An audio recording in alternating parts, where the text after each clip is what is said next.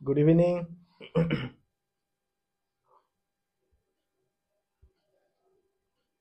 শোনা যাচ্ছে আমার কথা?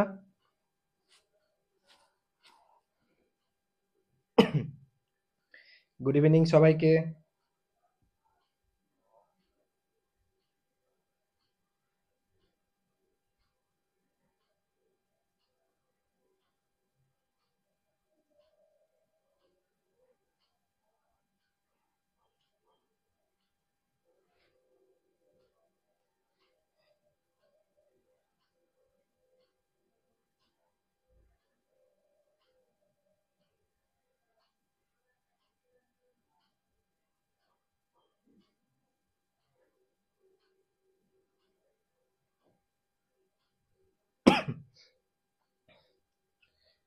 সাউন্ড ঠিকঠাক আসছে?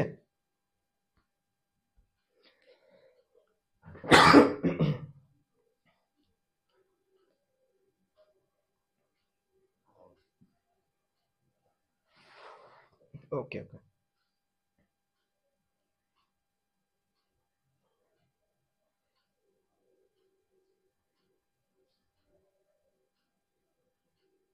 একটু ওয়েট করো, সবাই জয়েন হয়ে যাক।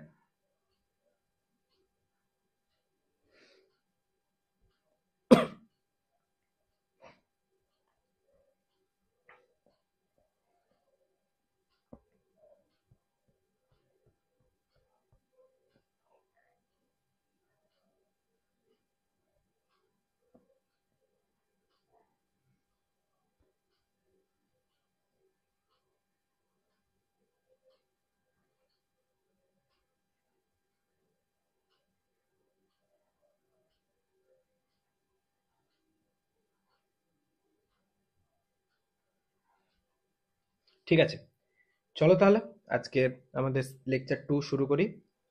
গোল গোল ঘুরছে, তোমার নেটওয়ার্কে ইস্যু, গোল গোল ঘুরছে না। স্নেহা,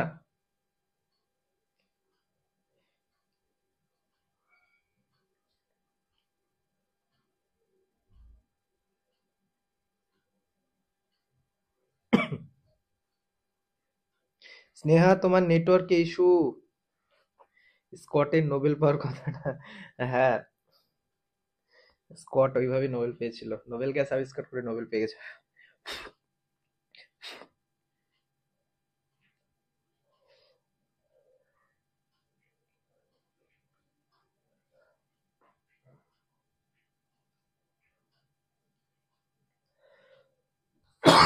চলো, ওকে। আজকের আমাদের লেকচার 2 পিরিয়ডিক টেবিলের, ঠিক আছে? PT, PT periodic table.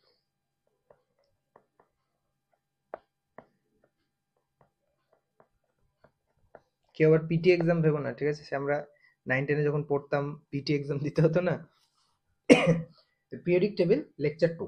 তো আমরা কি দেখেছিলাম? আমরা দেখেছিলাম যে হিস্টোরিক্যাল ডেভেলপমেন্ট দেখছিলাম পিরিয়ডিক টেবিলের, যে পিরিয়ডিক টেবিল কিভাবে একদম স্টার্টিং থেকে আস্তে আস্তে আস্তে আস্তে এই পর্যায়ে পৌঁছলো, সেটা আমরা খুব ভালোভাবে দেখেছিলাম, তাই না? ওকে, আমাদের লাস্ট পর্যন্ত কোন সায়েন্টিস্ট মার্কেটে এসেছিল? আমাদের নিলস বোর। আমরা দেখেছিলাম যে মেন্ডেলিফের পর মেন্ডেলিফের যে ইস্যুগুলো ছিল সেগুলো কারেক্ট করে নিলস বোর একটা নতুন পিরিয়ডিক টেবিল দেয়, সেটা আমরা আজকে পড়বো, ওকে? যেটাকে আমরা বলেছিলাম যে মডিফাইড পিরিয়ডিক টেবিল। এটা ছিল আমাদের কার, এটা ছিল কার পিরিয়ডিক টেবিল? এটা ছিল মেন্ডেলিফের পিরিয়ডিক টেবিল। তখন কতগুলো এলিমেন্ট ছিল? 63টা। কোনো নিষ্ক্রিয় গ্যাস ছিল না। দেখো দেখো, এখানে কোনো নিষ্ক্রিয় গ্যাসের শ্রেণী নেই। তো সেই সময় পিরিয়ড কটা ছিল, আর মানে পর্যায়ের শ্রেণী কটা ছিল? তো তোমরা সবাই জানো যে শ্রেণী ছিল 8টি আর পর্যায় ছিল 7টি, তাই না? পরে যখন স্কট নোবেল গ্যাস আবিষ্কার করে, তারপর নোবেল নোবেল গ্যাসের জন্য একটা শ্রেণী করা হয় যেটাকে বলা হয় শূন্য শ্রেণী। সেটাকে আমরা বলেছিলাম যে মডিফাইড পিরিয়ডিক টেবিল। মানে মেন্ডেলিফেরই পিরিয়ডিক টেবিল এটাও, কিন্তু এটা মডিফাইড। কেন? কারণ এখানে নিষ্ক্রিয় গ্যাস, সেটাকে অ্যাড করা হয়েছিল। শ্রেণী কত দেওয়া হয়েছিল? 0। এর শ্রেণী সংখ্যা কত ছিল? 0। ওকে, আচ্ছা। একটা কোশ্চেন তোমাদের বারবার অনেকবার জিজ্ঞেস করে যে মেন্ডেলিফ কিসের বেসিসে মৌলগুলোকে সাজিয়েছিল? মেন্ডেলিভ কিসের বেসিসে মৌলগুলোকে সাজিয়েছিল? ঠিক আছে, তো আমরা আগেই বলেছিলাম যে মেন্ডেলিভ কার বেসিসে মৌলগুলোকে সাজিয়েছিল পিরিয়ডিক টেবিলে? পর্যায়। কিসের বেসিসে বলো? পারমাণবিক গুরুত্ব, তাই না? মৌলগুলোকে পিরিয়ডিক টেবিলে কার বেসিসে সাজিয়েছিল? পারমাণবিক গুরুত্ব মনে আছে সবার? পারমাণবিক গুরুত্বের ভিত্তিতে মৌলগুলোকে পিরিয়ডিক টেবিলে মেন্ডেলিভ সাজিয়েছিল। ওকে, কিসের ভিত্তিতে? পারমাণবিক গুরুত্ব। এই পয়েন্টটা মনে রাখবে, ঠিক আছে? তাহলে পারমাণবিক গুরুত্বের ভিত্তিতে মৌলগুলোকে পিরিয়ডিক টেবিলে সাজানো হয়েছিল। কোনটা পিরিয়ড, কোনটা টেবিল, মানে কোনটা পর্যায়, কোনটা শ্রেণী, আশা করি মনে আছে। কি বলেছিলাম?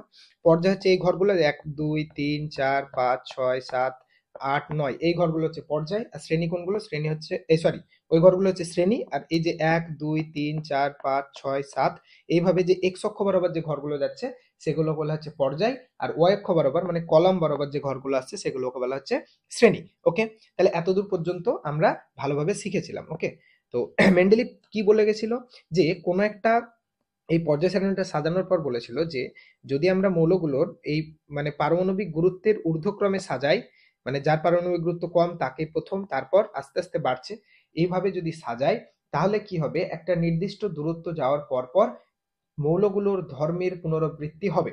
যেমন লিথিয়ামের জন্য ধর্ম যেমন এইরকম যেতে যেতে একটা নির্দিষ্ট দূরত্ব আসার পর সোডিয়ামের ধর্ম তেমন, আবার একটা নির্দিষ্ট দূরত্ব আসার পর পটাশিয়ামের ধর্ম তেমন, আবার একটা নির্দিষ্ট দূরত্ব আসার পর রুবিডিয়ামের ধর্ম তেমন, আবার একটা নির্দিষ্ট দূরত্ব আসার পর সিজিয়ামের ধর্ম তেমন। এটা ছিল আমাদের বেসিক বিষয়। আচ্ছা, এখানে আর একটা জিনিস দেখতে পাবে যে মেন্ডেলিফের পর্যায় সারণীতে এ বি করে নাম আছে, তাই না? প্রত্যেকটা পর্যায়ে দেখো এই 1 থেকে 7 পর্যন্ত যে পর্যায়গুলো আছে, সরি শ্রেণীগুলো আছে, 1 থেকে 7 পর্যন্ত যে শ্রেণীগুলো আছে সেই শ্রেণীগুলোতে দেখো দুটো করে, দেখো এ বি মানে একটা শ্রেণীকে আবার দুটো উপশ্রেণীতে ভাগ করা হয়েছে। মানে ব্যাপারটা কেমন? এই মিডিল বরাবর যেন একটা দাগ আছে, মিডিল বরাবর দাগ আছে, মিডিলের এই দিকের গুলো একরকম মৌল, hydrogen, lithium, sodium, potassium, rubidium, caesium, francium. আর এই দিকে আছে কি? কপার, আর্জেন্টাইন, মানে এটা কি? রূপা আর সোনা। কপার, রূপা আর সোনা এই দিকে আছে, এরকম টাইপ। তাহলে মেন্ডেলিফ আবার কি করেছিল? প্রত্যেকটা পর্যায়ে শ্রেণীকে দুটো উপশ্রেণীতে ভাগ করেছিল। প্রত্যেকটা বলা ভুল হবে, 7 পর্যন্ত। 8-এ তো 3টে করে মৌল রেখেছিল। কি বললাম? মেন্ডেলিফ আবার তার শ্রেণীগুলোকে উপশ্রেণীতে ভাগ করেছিল, এ বি এই উপশ্রেণীতে ভাগ করেছিল। এটাই ছিল মেন্ডেলিফের একটা বিশাল বড় ভুল। কি বললাম? এই যে উপশ্রেণীতে ভাগ করা, শ্রেণীগুলোকে আবার উপশ্রেণীতে ভাগ করা, এটাই ছিল মেন্ডেলিফের একটা ভীষণ বড় ভুল। আচ্ছা, মেন্ডেলিফের পিরিয়ডিক টেবিল কি 100% অ্যাকুরেট ছিল? একদমই না, 100% অ্যাকুরেট না। তবে কি একটা একদম প্রপার বলতে পারো যে একটা, হ্যাঁ, প্রথম কেউ একদম ভালোভাবে, এর অ্যাচিভমেন্ট কি ছিল? সেই সময় যে 63টা মৌল ছিল, 63টা মৌলকেই তার পিরিয়ডিক টেবিলে সে জায়গা দিতে পেরেছিল। এটা হচ্ছে একটা বিগেস্ট অ্যাচিভমেন্ট, যে 63টা মৌলকেই সে সাজাতে সক্ষম হয়েছিল। এর আগের কোনো সায়েন্টিস্ট, আমরা যখন ডোবারিনকে দেখি, তারপর নিউল্যান্ডের ল দেখি, তারা কিন্তু বেশি দূর যেতে পারেনি। নিউল্যান্ডের ল শুধুমাত্র কম ভর বিশিষ্ট, মানে 20 ক্যালসিয়াম পর্যন্ত জন্য একদম ভ্যালিড ছিল, তারপর কিন্তু আর কাজ করতো না। কিন্তু প্রথম মেন্ডেলিভ যে পুরো পিরিয়ডিক টেবিলে সব মৌলগুলোকে ঠিক মতো সাজাতে পেরেছিল। তারপর বাকি অ্যাচিভমেন্টগুলো তো বলেছি, যে আগে থেকেই প্রেডিক্ট করে দিয়েছিল যে এই পজিশনে কি আসবে, এদের পারমাণবিক গুরুত্ব কি হবে, এদের ধর্ম কি হবে, সবকিছু প্রেডিক্ট করে দিয়েছিল। এবার আমরা দেখব যে মেন্ডেলিফের পর্যায় সারণীতে প্রবলেম কি ছিল, আর এই এবি এই এটা করা আমি কেন বললাম যে মেন্ডেলিফের একটা বিশাল বড় ভুল ছিল এটা। ওকে, দেখো সেই জিনিসটা আমরা দেখব। সেটা কি? সেটা হচ্ছে মেন্ডেলিফের পর্যায় সারণীর ত্রুটি, আমাদেরকে একটু এটা বুঝতে হবে। দেখো, আচ্ছা, প্রথম কথা, আমাদের পিরিয়ডিক টেবিল সাজানোর মূল মূল যে বেসিস ছিল সেটা কি? সেটা হচ্ছে যে একটা শ্রেণীতে যতগুলো মৌল থাকবে সবার ধর্ম সেম হবে, হ্যাঁ কি না? আমাদের উদ্দেশ্য তো এটাই ছিল, যাতে করে আমাদেরকে প্রত্যেকটা মৌলের পারমাণবিক ধর্ম, ভৌত রাসায়নিক ধর্ম মুখস্থ না করে, মনে না রেখে, আমরা একটা শ্রেণীর ধর্ম যদি মনে রাখি, তাহলে সেই শ্রেণীতে অবস্থিত সব মৌলগুলোর ধর্ম সেম হবে। এটাই ছিল মূল বেসিস। কি? যে একটা শ্রেণীতে অবস্থিত প্রত্যেকটা মৌলের ধর্ম সেম হবে। কিন্তু মেন্ডেলিফ যে কথাটা বলে গেল, পরবর্তীতে দেখা যাচ্ছে সে নিজেই সেই কথাটা মানছে না। দেখো কিভাবে সে নিজেই মানছে না, সেটা আমরা একটু বুঝবো। কি বলেছে? প্রথম কথা লিখেছি যে মৌলগুলিকে ক্রমবর্ধমান পারমাণবিক গুরুত্ব অনুসারে সাজালে, কি বললাম?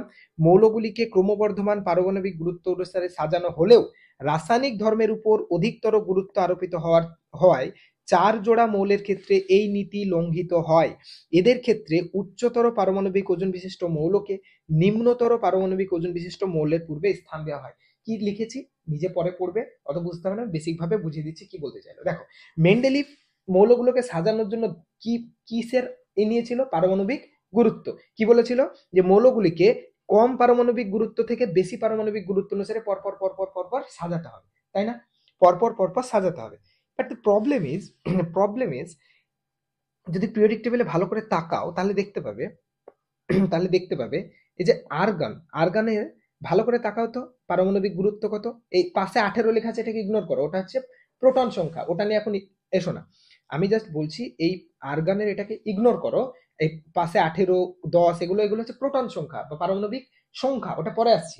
আমি জাস্ট যেটা বলছি যে পারমাণবিক গুরুত্ব নিচে আছে যেটা 39.944 যেটা আছে, আর্গনের পারমাণবিক গুরুত্ব হচ্ছে 39.944, পটাশিয়ামের পারমাণবিক গুরুত্ব হচ্ছে 39.10। কোনটা বেশি?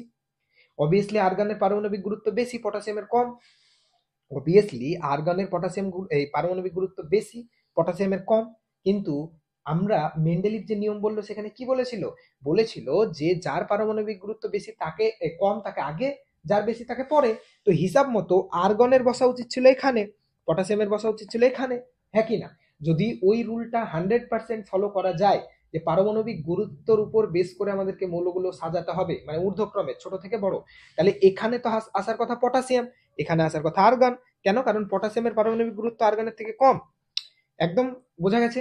তাহলে প্রবলেমটা তো কোথায় সেটা পরে আসছি। তাহলে এই যে ইরোর, এটা একটা ইরোর বলতে পারি যে হ্যাঁ স্যার উচিত হয়নি এটা, কারণ হিসাব মতো এর পারমাণবিক গুরুত্ব বেশি এর কম, তাহলে এখানে আর্গনকে রাখা উচিত ছিল, এখানে পটাশিয়াম। কিন্তু এটা যদি করতো, সাপোজ ধরো এখানে যদি পটাশিয়াম রাখতো এখানে আর্গন রাখতো, তাহলে তো ধর্মই মিলতো না।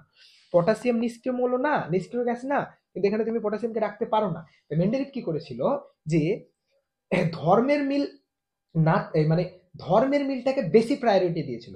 ও নিজেই বলেছে যে পারমাণবিক গুরুত্বের বেসিসে সাজাতে হবে ছোট থেকে বড়, কিন্তু কিছু কিছু জায়গায় সে দেখলো যে এই ল মেনটেন হচ্ছে না, তাই নিজে কি করলো, নিজের লটাকে লঙ্ঘন করে কিছু কিছু চেঞ্জ করলো। আর কি কি এখানে লিখে দিয়েছি দেখো, নিকেল আর কোবাল্ট তাকাও, দেখো নিকেল হচ্ছে 58.69, কোবাল্ট হচ্ছে 58.94। তো কোবাল্টের পারমাণবিক গুরুত্ব নিকেলের থেকে বেশি, তাহলে হিসাব মতো কোবাল্টকে এখানে বসানো ছিল, নিকেলকে এখানে বসানো উচিত ছিল, কিন্তু তাও করেনি, এখানেও একটা চেঞ্জ করে দিয়েছে। তাহলে এইরকম নিজের লকে নিজেই ফলো করেনি। আরেকটা এক্সাম্পল কি রেখেছে, আয়োডিন আর টুলোরিয়াম দেখো নিচে চলে এসো, আয়োডিন আর টুলোরিয়াম কোন পর্যায়ে থাকবে, এখানে আয়োডিন থাকবে, ওকে, আর টুলোরিয়াম এখানে। দেখো আয়োডিন আর টুলোরিয়ামে যদি তাকাও তাহলে ভালো করে তাকালে দেখতে পাবে আয়োডিনের পারমাণবিক গুরুত্ব হচ্ছে 126.91, আর টুলোরিয়ামের হচ্ছে 127.61। তো টুলোরিয়ামের তো বেশি, আয়োডিনের কম। টুলোরিয়ামের বেশি, আয়োডিনের কম, তাহলে হিসাব মতো আয়োডিনের এখানে বসা উচিত ছিল, টুলোরিয়ামের এখানে। কিন্তু এটা যদি করতো তাহলে প্রবলেম হয়ে যেত। কেন? কারণ আয়োডিন আমরা জানি যে হ্যালোজেন শ্রেণীর মৌল, কিন্তু আয়োডিনকে যদি এখানে দিয়ে দিতাম তাহলে এটা তো হ্যালোজেন শ্রেণীই না, এটা তো অন্য শ্রেণী, তাহলে মিলতো না। তাই ওই ও বলেছিল যে পারমাণবিক গুরুত্বের ঊর্ধ্বক্রমে সাজাতে হবে, কিন্তু যখন দেখলো যে ধর্ম মিলছে না, কারণ মেইন প্রায়োরিটি তো এটাই যে এক পর্যায়ে শ্রেণীতে যতগুলো মৌল থাকবে সবার ধর্ম সেম হতে হবে, কিন্তু এখানে এই সুইচটা যদি করতো তাহলে সেম হচ্ছে না। তাই সে কি করেছিল, ও নিজের লকে নিজেই উল্লঙ্ঘন করেছিল। বোঝা গেছে? ফার্স্ট ইরোরটা বোঝা গেছে একদম ক্লিয়ার, ফার্স্ট ইরোরটা সবার মাথার মধ্যে ঢুকেছে। তাহলে এই যে চারটে switch, potassium argon, cobalt nickel আর টেলোরিয়াম আয়োডিন, এদের পারমাণবিক গুরুত্ব কম হওয়া সত্ত্বেও পরে স্থান পেয়েছে, আর যার পারমাণবিক গুরুত্ব বেশি সে আগে স্থান পেয়েছে। 1 নম্বর পয়েন্ট আশা করি সবার ক্লিয়ার হয়ে গেছে। তাহলে 1 নম্বর পয়েন্ট বুঝলাম। আচ্ছা, আর কি ইরোর ছিল? 2 নম্বর, কয়েকটি ক্ষেত্রে সমধর্মী মৌলগুলোকে বিভিন্ন শ্রেণীতে রাখা হয়েছে, আবার কয়েকটি ক্ষেত্রে ভিন্ন ধর্মী মৌলগুলিকে একই শ্রেণীতে রাখা হয়েছে। বোঝো ঠেলা। মেইন উদ্দেশ্য হচ্ছে একই ধর্ম বিশিষ্ট মৌলগুলোকে একই গ্রুপে রাখা, একই শ্রেণীতে রাখা, অথচ কিছু সুবিধার্থে সে কি করলো, একই ধর্ম বিশিষ্ট মৌলগুলোকে আলাদা আলাদা গ্রুপে রেখে দিল, আর সেম ধর্ম বিশিষ্ট মৌলগুলোকে আলাদা আলাদা বৈশিষ্ট্য বিশিষ্ট মৌলগুলোকে একই গ্রুপে একই শ্রেণীতে রেখে দিল। তাহলে যেমন ধরো কপার আর মার্কারি এদের ধর্মের ভীষণ মিল, ঠিক আছে, এও দুটো ছাড়ে ইলেকট্রন, এরও ধর্ম ধাতুর মতো, এও ধাতু, প্রচুর মিল আছে, ঠিক আছে। তা সত্ত্বেও পিরিয়ডিক টেবিলে যদি ওদের অবস্থান দেখো তাহলে দেখতে পাবে যে কপার আছে কোন ঘরে, দেখো এই ঘরে থাকবে কপার, কোন ঘরে, 1 নম্বর গ্রুপে আছে কপার, আছে কোথায়, 1 নম্বর শ্রেণীতে। আর আর আরেকটা কি বললাম, মার্কারি, এইচজি, মার্কারি তাকিয়ে দেখো কোন গ্রুপে আছে, মার্কারি আছে 2 নম্বর গ্রুপে। তাহলে এর আর এর ধর্ম প্রায় সেম, অথচ এদের পজিশন হয়ে যাচ্ছে আলাদা আলাদা গ্রুপে। কিন্তু এটা তো সম্ভব না, গ্রুপ আলাদা মানে তো ধর্ম আলাদা। কিন্তু এর ধর্ম এই কোথায় গেল, গেল এক সেকেন্ড, অন্য গালি দিয়ে দেখায়। এটা আর কপার, এদের ধর্ম সেম, তা সত্ত্বেও এদেরকে কি করা হয়েছে, আলাদা গ্রুপে রাখা হয়েছে। আবার আবার একই ধর্ম বিশিষ্ট মৌলগুলোকে যেমন আলাদা গ্রুপে রাখলো, সেম কি করলো, আলাদা আলাদা বৈশিষ্ট্যের মৌলগুলোকে একই গ্রুপে রেখে দিল। তুমি তাকালেই দেখতে পাবে, তোমরা আজকে শিখতে পারবে আজকের ক্লাসে, যে lithium, sodium, potassium, rubidium, caesium, francium, এদের ধর্ম হচ্ছে একদম সেম। এরা প্রত্যেকে একটা করে ইলেকট্রন ছাড়ে, এরা প্রত্যেকে ধাতু, কিন্তু এরা ক্ষার ধাতু। এই কপার, সোনা আর রূপা, এদের তো ধর্ম এদের মতো না, এরা তো সম্পূর্ণ আলাদা। এই কপার, সোনা, রূপা, এরা তো সম্পূর্ণ আলাদা। তাহলে এদের ধর্ম এদের ধর্মের মধ্যে বিস্তর পার্থক্য। সোনা কোনো রাসায়নিক বিক্রিয়ায় সহজে অংশগ্রহণই করে না, আর এরা যত তাড়াতাড়ি পারবে, মানে দেহ মাত্র এরা রাসায়নিক বিক্রিয়ায় অংশগ্রহণ করে নেবে। তাহলে দুজন একদম ধর্মের মিলই নেই, তা সত্ত্বেও একই গ্রুপে রেখে দিয়েছি। আবার নিজেই বলছে যে একই গ্রুপে থাকা মৌলগুলো সবার ধর্ম সেম। তাহলে বুঝতে পারছো প্রবলেমটা? তাহলে বুঝতে পারছো প্রবলেমটা? 2 নম্বর প্রবলেমটা বোঝা গেছে। 2 নম্বর যে ইস্যুটা বলেছি সেটা সবার ক্লিয়ার হয়েছে, যে একই ধর্ম বিশিষ্ট কিছু মৌলকে সে আলাদা গ্রুপে রেখেছে, আবার ভিন্ন ধর্ম বিশিষ্ট কিছু মৌলকে সে একই গ্রুপে রেখেছে। আমি এখানে এক্সাম্পল গুলো সব দিয়ে দিয়েছি। ক্ষার ধাতু যেমন লিথিয়াম, সোডিয়াম, পটাশিয়াম, সঙ্গে মুদ্রা ধাতু কপার, সিলভার, গোল্ড, এদের ধর্মের মিল না থাকা সত্ত্বেও মৌলগুলিকে একই শ্রেণীতে রাখা হয়েছে। এই ক্ষার ধাতু, মুদ্রা ধাতু কি জিনিস আজকের ক্লাসে ডিটেলসে বলবো, সব হয়নি, ঠিক আছে? ক্ষার ধাতু, মুদ্রা ধাতু, এগুলো কি, এগুলো ডিটেলসে বলবো। আচ্ছা, মার্কারি মানে পারদ, হ্যাঁ মার্কারি মানে পারদ। আচ্ছা, তারপর দেখো, তারপর আমরা যে 8 নম্বর শ্রেণীর দিকে তাকালে দেখতে পাই যে প্রত্যেকটা শ্রেণীর একটা পর্যায়ে, পার্টিকুলার একটা পর্যায়ে, যেমন এই পর্যায়ে দেখো, এই 4 নম্বর পর্যায়ে 3টে করে মৌল রেখেছে একই শ্রেণীতে। এ আবার কি ধরনের কথা, একটা শ্রেণীতে 3টে করে মৌল, এটা ভ্যালিড না, কেমন একটা ব্যাপার হয়ে যাচ্ছে যে একটা শ্রেণীতে 3টে করে মৌল কি করে হয়, তাই না? তাহলে এটা একটা ইরোধ ছিল যে একই শ্রেণীতে সে 3টে করে মৌল রেখে দিয়েছে, যেমন লোহা, কোবাল্ট, নিকেলকে একসাথে, তারপর হচ্ছে তোমার এইভাবে দেখো 3টে করে মৌলকে একসাথে রেখে দিয়েছে, ঠিক আছে? তো এটাও একটা তার ইরোর ছিল। সো এই ইরোর গুলো আমাদেরকে কি করতে হতো, সলভ করতে হতো। আচ্ছা, তার থেকে বড় একটা ইরোর ছিল হাইড্রোজেনের অবস্থান। হাইড্রোজেনের অবস্থান কেন, কি প্রবলেম, সেটা নিয়ে আমরা একদম শেষের দিকে পড়বো, সবকিছু জানার পর। বাট কেন সে জানতে জানতে ভুল করলো, কেন সে জানতে জানতে মানে বুঝলাম না। ও তো নিজেও, আরে দেখো, ও কি বলেছিল যে ও স্বপ্নের বেসিসে প্রেডিক্টেবলটা তৈরি করে, ঠিক আছে? এবার আসলে প্রবলেমটা কোথায়, ভুলটা কেন হয়েছিল ওর, সেটাই তো আমরা শিখবো। কারণ ভুলটা হওয়ার মূল কারণ কি জানো, মূল কারণ হচ্ছে এই যে পারমাণবিক গুরুত্বের বেসিসে মৌলগুলোকে সাজানো। এটাই হচ্ছে সব থেকে বড় ভুল। কি বললাম, পারমাণবিক গুরুত্বের বেসিসে মৌলগুলোকে সাজানো, এটা হচ্ছে ভুল। পারমাণবিক গুরুত্বের উপর মৌলের ধর্ম নির্ভর করে না। আসবো আসবো, একটু পরে আসবো, এক্ষুনি আসবো। ওকে, দেখো ও এমন করেছে কারণ ওকে পারমাণবিক গুরুত্বের বেসিসে মৌলগুলোকে সাজাতে হয়েছে, তাই না? তো সেটাকে তো মেনটেন করতে হবে, সেটার জন্য বাধ্য হয়ে ওকে এটা করতে হয়েছে। কারণ তখন সে জানতোই না যে মৌলের ধর্ম আসলে পারমাণবিক গুরুত্বের উপর নির্ভরই করে না। দেখো সেটা এখন শিখবো। ওকে, চলো তাহলে আমরা এতটুকু দেখলাম যে কিছু কিছু তো ব্যাপার আছে। আচ্ছা, এবার আমাকে বলো তো, ইন রিয়েলিটি এটা তো ঠিক, আর্গন আর পটাশিয়ামের পজিশনটা তো ঠিক, এটাই তো তোমাকে আমি বলছি।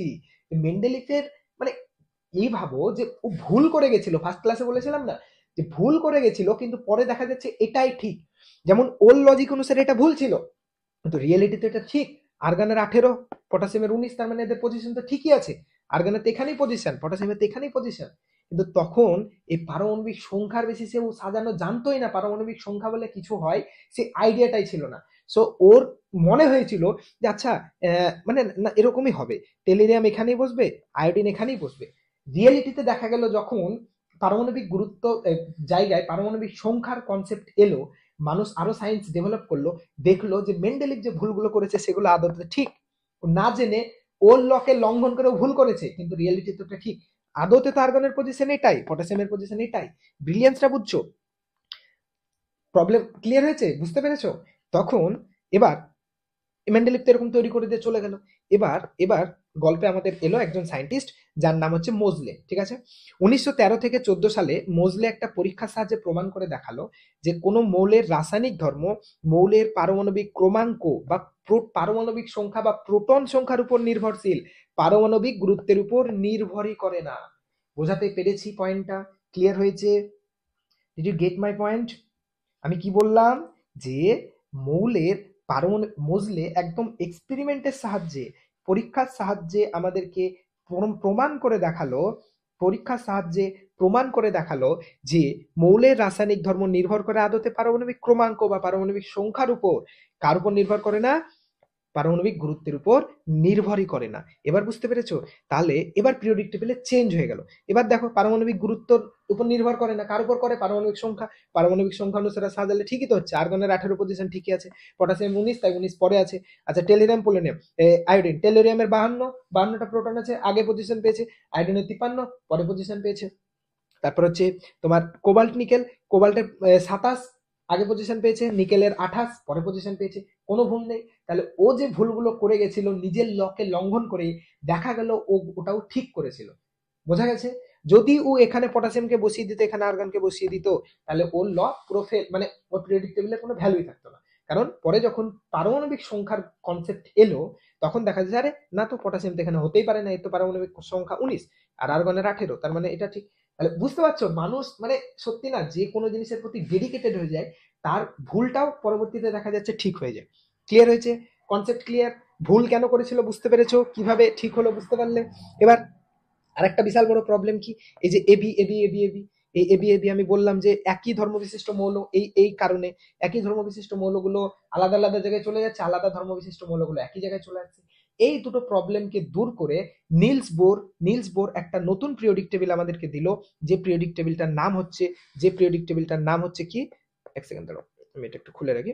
নিলস বোর একটা নতুন পিরিয়ডিক টেবিল আমাদেরকে দিল, যার নাম হচ্ছে আধুনিক পিরিয়ডিক টেবিল বা modern periodic table. Modern periodic টেবিলের স্পেশালিটি কি ছিল? এতক্ষণ পর্যন্ত যে কোনো পিরিয়ডিক টেবিল তৈরি হয়েছিল, সব জায়গায় মৌলগুলিকে পারমাণবিক গুরুত্বের উপর সাজানো হয়েছিল, কারণ তার আগে মধ্যে পর্যন্ত সায়েন্টিস্টদের ধারণা ছিল মৌলের ধর্ম পারমাণবিক গুরুত্বের উপর নির্ভর করে। 1913 থেকে 14 সালে যখন মোজলে প্রমাণ করে দিল যে মৌলের ধর্ম পারমাণবিক গুরুত্বের উপর নির্ভর করে না, পারমাণবিক সংখ্যার উপর নির্ভর করে, আর সেই কনসেপ্টটা, আর ওই যে প্রবলেমটা ছিল যে এবি এবি একটা শ্রেণীর মধ্যে উপশ্রেণী তৈরি করা, সেই দুটোকে সলভ করে নিলস বোর একটা নতুন পিরিয়ডিক টেবিল প্রপোজ করলো, যেটা হচ্ছে মডার্ন পিরিয়ডিক টেবিল বা আধুনিক পর্যায় সারণী। ক্লিয়ার হয়েছে? আধুনিক পর্যায় সারণী, ফার্স্ট পয়েন্টে লিখেছি যে আধুনিক পর্যায় সারণীতে মৌলগুলিকে তাদের পারমাণবিক সংখ্যা বাড়ার সাথে সাথে পর্যায়ক্রমে পুনরাবৃত্ত হয়। কি বললো? এটা তো পর্যায় সূত্র, সেটা আসছি পরে। তাহলে মডার্ন পিরিয়ডিক টেবিলে মৌলগুলিকে কিসের বেসিসে সাজানো হলো? কিসের বেসিসে? পারমাণবিক সংখ্যার বেসিসে। বোঝা গেছে না যায়নি? বোঝা গেছে না যায়নি? ওই রকম এক্সাম এর করা ভুলগুলো ঠিক হয়ে গেলে ভালো হতো। আহারে কি শখ! আর তুমি ঠিক করলেও ভুল হয়ে যায়, তাই না? ওকে চলো, তাহলে বোঝা গেল। তাহলে পারমাণবিক সংখ্যার উপর নির্ভর করে এটা, তার মানে আধুনিক পর্যায় সূত্রটা কি, যে মৌলগুলির ভৌত রাসায়নিক ধর্মগুলি তাদের পারমাণবিক সংখ্যা বাড়ার সাথে সাথে পর্যায়ক্রমে পুনরাবৃত হয়। পর্যায়ক্রমে পুনরাবৃত হয়, তুমি এখানে আসলে দেখতে পাবে। দেখো এটা হচ্ছে মডার্ন পিরিয়ডিক টেবিল, ভালো করে দেখো, এটা একটা মডার্ন পিরিয়ডিক টেবিল। যদি তাকাও দেখো 1 2, এখান থেকে দেখো ফার্স্ট শ্রেণীটাকে ইগনোর করো, ঠিক আছে, কারণ আছে হাইড্রোজেনকে নিয়ে অনেক ডিবেট আছে, সেটার জন্য বলছি। সেকেন্ড পর্যায় থেকে দেখো, সেকেন্ড পর্যায় থেকে, ফার্স্ট শ্রেণী বলছি, ফার্স্ট পর্যায়টা। সেকেন্ড পর্যায়ে তাকালে দেখতে পাবে, দেখো লিথিয়াম পারমাণবিক ক্রমাঙ্ক কত? 3, এর 4 5 6 7 8 9 10। তুমি পিরিয়ডিক টেবিলে কোথাও এরকম পাবে না যে 78 79 ক্রমাঙ্ক, 79 কে আগে দিয়েছে, 78 কে পরে দিয়েছে, না। সবাইকে প্রপার ভাবে, সবাইকে, এটা মডার্ন পিরিয়ডিক টেবিল এটা না বলে তুমি এটাকেই ধরো, এটাকেই ধরো। এখানে জাস্ট এবার সংখ্যাটা দেখবে, ঠিক আছে, পারমাণবিক সংখ্যা। এবার আর পারমাণবিক গুরুত্ব দেখবে না। তাহলে দেখো হাইড্রোজেনের 1, হিলিয়ামের 2, লিথিয়ামের 3, বেরিলিয়ামের 4, এবার যেতে যেতে যেতে দেখো আবার লিথিয়ামের পর যখন এইভাবে যাচ্ছে পারমাণবিক ক্রমাঙ্ক বাড়ছে, 11তে এলো, ধর্ম রিপিট করলো, আবার 11 থেকে বাড়ছে বাড়ছে, ধর্ম চেঞ্জ হচ্ছে, 19-এ এলো, ধর্ম রিপিট করলো, আবার যাচ্ছে যেতে যেতে এখানে এলো, ধর্ম রিপিট করলো। বোঝাতে পেরেছি? বোঝাতে পেরেছি? তাহলে তাহলে কি বললাম, যে আধুনিক পর্যায় সারণীতে মৌলগুলোকে সাজানো হলো পারমাণবিক সংখ্যার ভিত্তিতে। আর আরেকটা প্রবলেম কি বলেছিলাম? আরেকটা প্রবলেম বলেছিলাম AB AB AB AB AB, এই যে ইস্যুটা, সেটাকে রিজলভ করে আমরা যে নতুন পিরিয়ডিক টেবিল পেলাম, তার নাম হচ্ছে আধুনিক দীর্ঘ পর্যায় সারণী। কি বললাম? আধুনিক দীর্ঘ পর্যায় সারণী। দীর্ঘ কেন হয়ে গেল স্যার হঠাৎ করে? তুমি ভাবো, আগে যে ঘরগুলো ছিল এটাকে যদি আমরা দুভাগে ভাগ করে দিই, 7টা ঘরকে দুভাগে, আর এই 3টেকে প্রত্যেকটাকে একটা আলাদা করে ঘর দিয়ে দিই, তাহলে ঘর সংখ্যা দেখো, দেখো এই 7টার জন্য 14টা, এই 3টেকে দিলাম তাহলে 17টা, আর এই একটা 18টা শ্রেণী হয়ে গেল। এখন কি বললাম, এই 7টা ঘর আছে total double double AB AB করে, তাহলে এদেরকে যদি দুটো ভাগে ভাগ করে দিই তাহলে কটা হবে টোটাল, কটা হবে বলো? 7 দুগুণে 14টা। আর এই 3টে মৌলকে আলাদা আলাদা ঘর দেওয়া হলো, তাহলে 14 3 17 আর নিষ্ক্রিয় গ্যাস 18। তাহলে নতুন যে পিরিয়ডিক টেবিল এলো তাতে কি বললো, আধুনিক দীর্ঘ পর্যায় সারণী। এই পর্যায় সারণীতে মৌলগুলিকে তাদের পারমাণবিক সংখ্যার ভিত্তিতে সাজানো হলো। আর আধুনিক দীর্ঘ পর্যায় সারণীতে 7টি পর্যায় 18টি শ্রেণী বর্তমান। 7টি পর্যায় 18টি শ্রেণী বর্তমান। বোঝা গেল? একদম জলের মতো ক্লিয়ার, সবকিছু ক্লিয়ার হয়েছে। এখানে আমি লিখে দিয়েছি, এটা একবার পড়ে নেবে, এগুলো আমি বলে দিয়েছি, ঠিক আছে? তোমাদের ইচ্ছা মতো তোমরা পড়ে নেবে। এবার আমি আধুনিক পিরিয়ডিক টেবিলটা একবার ভালো করে তোমাদেরকে দেখাচ্ছি। দেখানোর পর আচ্ছা, এখানে আবার কেউ কনফিউজ হবে না, এখানে 2 জায়গায় হাইড্রোজেন আছে, হাইড্রোজেনকে ইগনোর করো। এখন 2 জায়গায় কেন হাইড্রোজেন আছে সেটা আমরা শেষে বুঝতে পারবো, এখন বোঝার মতো আমাদের নলেজ তৈরি হয়নি। তাহলে আধুনিক পর্যায় শ্রেণীতে কটি পর্যায় কটি শ্রেণী? 18টি শ্রেণী আর 7টি পর্যায়। পর্যায় তো চেঞ্জ হলো না, পর্যায় যা ছিল তাই আছে, শ্রেণী চেঞ্জ হয়ে গেল 18টি শ্রেণী। বোঝা গেল না গেল না? ওকে, দেখো যেমন তুমি যদি এখানে তাকাও, দেখো এই তাকাও, এই সোনা রূপো, এই কপার সোনা আর রূপো, এই পোর্শনটা কোথায় ছিল? এই একের সাথে ঢুকানো ছিল। এবার কি করা হলো, এগুলোকে চেঞ্জ করা হলো। একের মধ্যে যে এ আর বি ছিল, এটার নাম কিরকম করে দেওয়া হলো? একের এ আর একের বি। এই একের এ আর একের বি না রেখে এটাকে পুরো চেঞ্জ করে দিয়ে নামকরণই করে দেওয়া হলো, এটা হলো 11 নম্বর গ্রুপ। ঠিক আছে, এবার এটা হয়ে গেল আধুনিক পর্যায় সারণী। হাইড্রোজেন, হিলিয়াম, তারপর হচ্ছে lithium, beryllium, boron, carbon, nitrogen, oxygen, chlorine, neon, sodium, magnesium, aluminium, silicon, phosphorus, sulphur, chlorine, argon, potassium, calcium, এইভাবে পরপর মৌলগুলোকে সাজানো হলো। মৌলগুলো কতগুলো? 118টা। আরে অনেক জুম করা আছে তো, তুমি মোবাইলটা একটু জুম করো না। পিরিয়ডিক টেবিল দেখে কি করবে, বুঝতে পারছো না?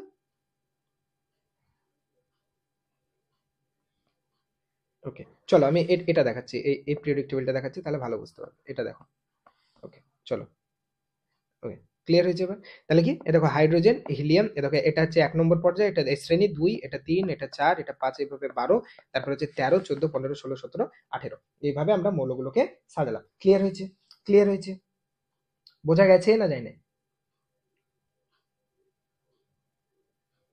এবার এবার তোমাদের মধ্যে আমি তো কিছু বুঝতে দেখতে পাচ্ছি না। আরে যারা দেখতে পাচ্ছি না, তারা একটু করো। আমি এত সুন্দর দেখতে পাচ্ছি, তোমরা দেখতে কেন পাচ্ছ না? আমার পাশে তো একটা এতে ভিডিও চলছে, তো ভিডিও কোয়ালিটিটা একটু বাড়িয়ে নাও। যদি মনে হয় দেখতে ইস্যু হচ্ছে এগুলো, তাহলে একটু ভিডিও কোয়ালিটিটাকে বাড়িয়ে নাও।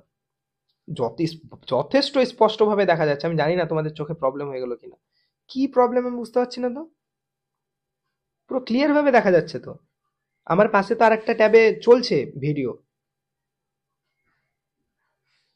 আচ্ছা, একটু বাড়িয়ে নাও, লো কোয়ালিটিটা একটু বাড়িয়ে নাও কিছু সময়ের জন্য। ওকে, চলো তাহলে আমরা দেখলাম যে এইভাবে 18টা শ্রেণী আর 7টা পর্যায় নিয়ে আমাদের কাছে একটা নতুন পিরিয়ডিক টেবিল এলো, যেটা এখন পর্যন্ত অ্যাকিউরেট, তেমন খুব একটা ইস্যু নেই, এক দুটো বাদ দিয়ে, সেগুলো আমরা পরে দেখব, মোটামুটি ঠিকঠাক। এবার তোমাদের মধ্যে অনেকের কোশ্চেন আসবে যে স্যার, স্যার এখান থেকে এইটুকু গ্যাপ চলে গেল কেন? তারপর এখান থেকে আবার স্যার 2 নম্বর শ্রেণীটা, স্যার 2 নম্বর পর্যায়টা, আগে তো স্যার আমরা যখন পড়েছিলাম আগের পিরিয়ডিক টেবিলটায় দেখলাম, এটা তো স্যার পরপরই ছিল, বেরিলিয়াম দিয়ে বোরন, তারপর কার্বন, তারপর নাইট্রোজেন, অক্সিজেন, এইভাবেই তো ছিল স্যার। তাহলে এই আধুনিক পর্যায় সারণীতে এইভাবে এরা দূরে দূরে চলে গেল কেন? বেরিলিয়াম থেকে বোরন কেন চলে গেল? এর জন্যই তোমাদেরকে আমি এসপিডিএফ ইলেকট্রন বিন্যাস পড়িয়েছিলাম। কি বললাম? জাস্ট এই কারণটার জন্যই আমি তোমাদেরকে এসপিডিএফ ইলেকট্রন বিন্যাস পড়িয়েছিলাম। বোঝা গেছে? এসপিডিএফ ইলেকট্রন বিন্যাস যদি না জানো, তাহলে তোমরা এটা আর বুঝতে পারতে না, এটা আর বুঝতে পারতে না। বোঝা গেল? এবার আমরা দেখব যে এলিমেন্টগুলোর ব্লক ডিভিশন। কি বললাম? এলিমেন্টগুলোর ব্লক ডিভিশন, তারপর আমরা পরের টপিকে যাব। ওকে, আমাদেরকে পিরিয়ডিক টেবিল থেকে অনেক কিছু এক্সপ্লেন করতে হবে, তোমাদেরকে অনেক জিনিস বোঝাতে হবে, অনেক কিছু বলার আছে, সেগুলো আমরা আসছি। আচ্ছা, তার আগে আমরা এই কয়েকটা জিনিস একটু শিখে নিই, তারপর আমরা ওগুলোতে আসছি। আচ্ছা, প্রথম কথা হচ্ছে যে এখন ছাড়ো, এখন কেন পিরিয়ডিক টেবিলের স্ট্রাকচার এরকম সেটা একদম জলের মতো ক্লিয়ার করে দেবো, ওটা আমার উপর ছেড়ে দাও। এখন জাস্ট কয়েকটা জিনিস আগে শেখাচ্ছি। তোমাদের কাজ হচ্ছে প্রথম, কি কি কাজ স্যার? আমাদেরকে কাজ দিবেন স্যার? অবশ্যই দিব কাজ। সেটা কি কাজ? সেটা হচ্ছে 1 নম্বর, 2 নম্বর, 13 নম্বর, 14 নম্বর, 15 নম্বর, 16 নম্বর, 17 নম্বর আর 18 নম্বর, 17 নম্বর, 18 নম্বর, এই গ্রুপের মৌলগুলোকে পরপর মুখস্থ করা শ্রেণী বরাবর, ঠিক আছে। দেখো পর্যায় বরাবর 1 থেকে 20 জানলেই কাজ চলে যাবে। যেটা ইম্পর্টেন্ট পরীক্ষায় কোশ্চেন করার জন্য, কোশ্চেন অ্যান্সার সলভ করার জন্য, সেটা হচ্ছে এটা 1 নম্বর, 2 নম্বর, 13, 14, 15, 16, 17, 18 নম্বর গ্রুপের মৌলগুলোকে 1, 2 আর এদিকে হচ্ছে 13 থেকে 18। কি কি বললাম এখানে এসো, এখানে দেখিয়ে দিচ্ছি। দেখো এটা এই 1, 2 আর 13 থেকে 18 এই গ্রুপের মৌলগুলোকে পরপর শ্রেণী বরাবর মুখস্থ করা তোমার কাজ। মানে দেখো তোমাকে যদি আমি বলি যে 1 নম্বর গ্রুপ মানে কি মৌল আছে পরপর, hydrogen, lithium, sodium, potassium, rubidium, caesium, francium, এগুলো পরপর যেন বলতে পারো। 2 নম্বর গ্রুপ মানে যেন বলতে পারো beryllium, magnesium, calcium, strontium, barium, radium, এইভাবে যেন পরপর মৌলগুলোকে বলতে পারো। 13 নম্বর গ্রুপ মানে যেন বলতে পারো যে boron, aluminium, gallium, indium, thallium. আর এই এতদূর করতে হবে না, নিচেরটা বাদ, এগুলোর জন্য এতটা করলেই হবে, ঠিক আছে। এগুলোর জন্য এতটা, এই শ্রেণী পর্যন্ত এতটা, নিচেরটা লাগবে না। ওকে চলো, এবার কোশ্চেন হচ্ছে, এটা হচ্ছে তোমাদের শ্রেণী বরাবর মুখস্থ করা ফার্স্ট কাজ। এটা না জানলে তুমি পিরিয়ডিক টেবিলের একটা কোশ্চেনও সলভ করতে পারবে না, ঠিক আছে। এটা হচ্ছে মেন জিনিস, যত ধর্ম বেসিসে কোশ্চেন আছে সব এখান থেকে। সো এটা হচ্ছে নেক্সট দিন যেন প্রত্যেকটা স্টুডেন্টের ঠুটস্থ থাকে, মুখস্থ থাকে। এবার কোশ্চেন হচ্ছে, স্যার এত কিছু মনে কি করে রাখবো, তার জন্য আমি আছি। ওকে, ওর জন্য আমরা এখন ট্রিক দেখবো। কি দেখবো? ট্রিক। দেখো আমরা এখন ট্রিক দেখবো যে কিভাবে এই শ্রেণীর মৌলগুলোকে আমরা মুখস্থ করতে পারি। যেমন গ্রুপ 1 কে মনে রাখার জন্য আমরা একটা ট্রিক মনে রাখবো, কি হেলিনা কার্রাবসেফারিয়াস। যারা আমার ইউটিউবে ক্লাস দেখেছো, তারা অলরেডি জানো। তাহলে এই ট্রিকটা যদি তুমি মনে রাখো যে 1 নম্বর গ্রুপের জন্য ট্রিক কি, হেলিনা কার্রাবসেফারিয়াস, মানে হেলিনা একটা মেয়ের নাম, মানে হেলিনা একটা মেয়ের নাম। সে হেলিনাকে বলা হচ্ছে যে ভগবান বা আল্লাহ যাই বলো তার কাছে দোয়া চাইতে বলা হচ্ছে। হেলিনা কার্রাবসে ফারিয়াদ। দেখো হে থেকে চলে আসছে হাইড্রোজেন, লিনা নাম থেকে চলে আসছে লিথিয়াম সোডিয়াম। দেখো লিনা লিথিয়াম আর এনে থেকে সোডিয়াম। তারপর হচ্ছে কার কার, এ দেখো আমি একটা জিনিস ভালো করে তাকাবে, আমি দেখো নিচে নিচে যে যে শব্দটা থেকে, পুরো শব্দটা তো আসবে না, যে শব্দটা থেকে যেটুকু নিতে হবে তার তলায় তলায় দাগ দিয়ে দিয়েছি, ঠিক আছে। যেমন হে, লিনা থেকে লি আর না, আর কার থেকে শুধু এসছে কে, ঠিক আছে, পটাশিয়াম। রাব, রাবকে আমরা আর এ বি না লিখে শুধু আর বি লিখেছি। আমরা তো হোয়াটসঅ্যাপে এরকম ইউজ করি, তাই না? হোয়াটসঅ্যাপে তো এরকম ইউজ করি না, খুব সহজে বলি, শর্ট বানানকে আমরা এস এইচ আর টি করে দিই, এস এইচ ও আর টি লিখি না, ওই রকম টাইপ। রাবকে আরবি দিয়ে লিখে দিয়েছি, তাহলে আরবি থেকে রুবিডিয়াম।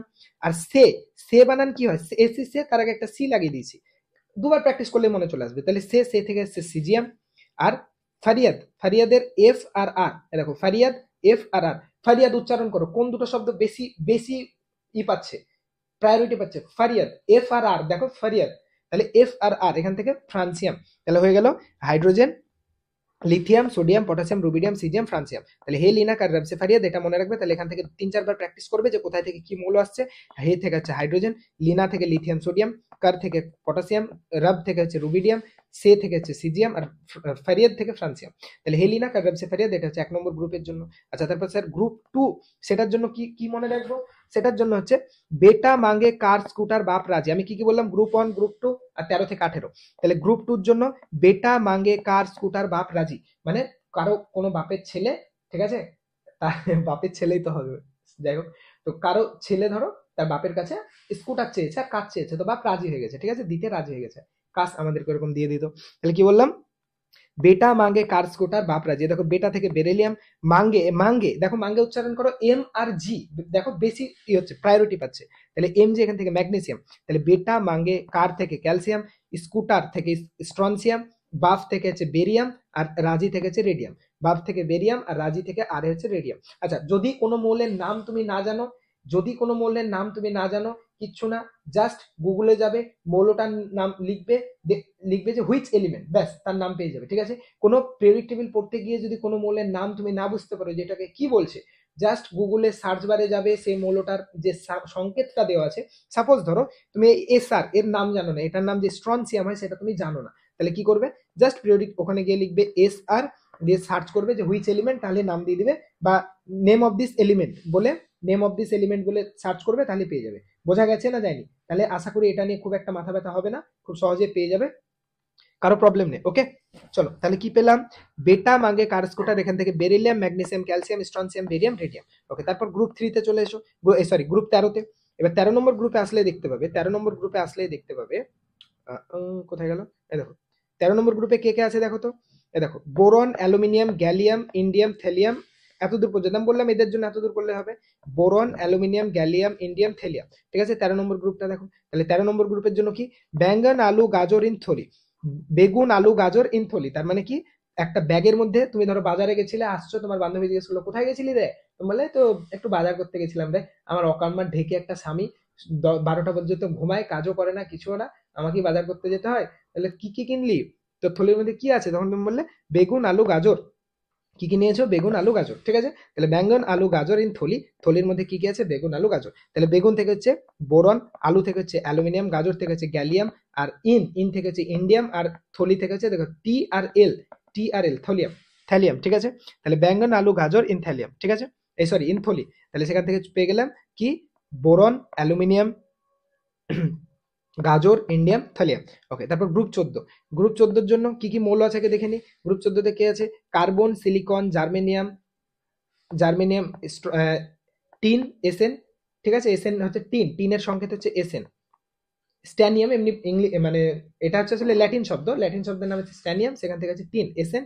আর হচ্ছে লেড, পিবি মানে হচ্ছে লেড, এটা হচ্ছে লেড। ঠিক আছে, মনে থাকবে এটা হচ্ছে লেড। তাহলে কি, কার্বন, সিলিকন, জার্মেনিয়াম, টিন আর লেড। ওকে, চলো তাহলে এর জন্য আমরা কি কি ট্রিক অ্যাপ্লাই করব। গ্রুপ 14 জন্য, সরি গ্রুপ 14 তো না, গ্রুপ 13, হ্যাঁ 14।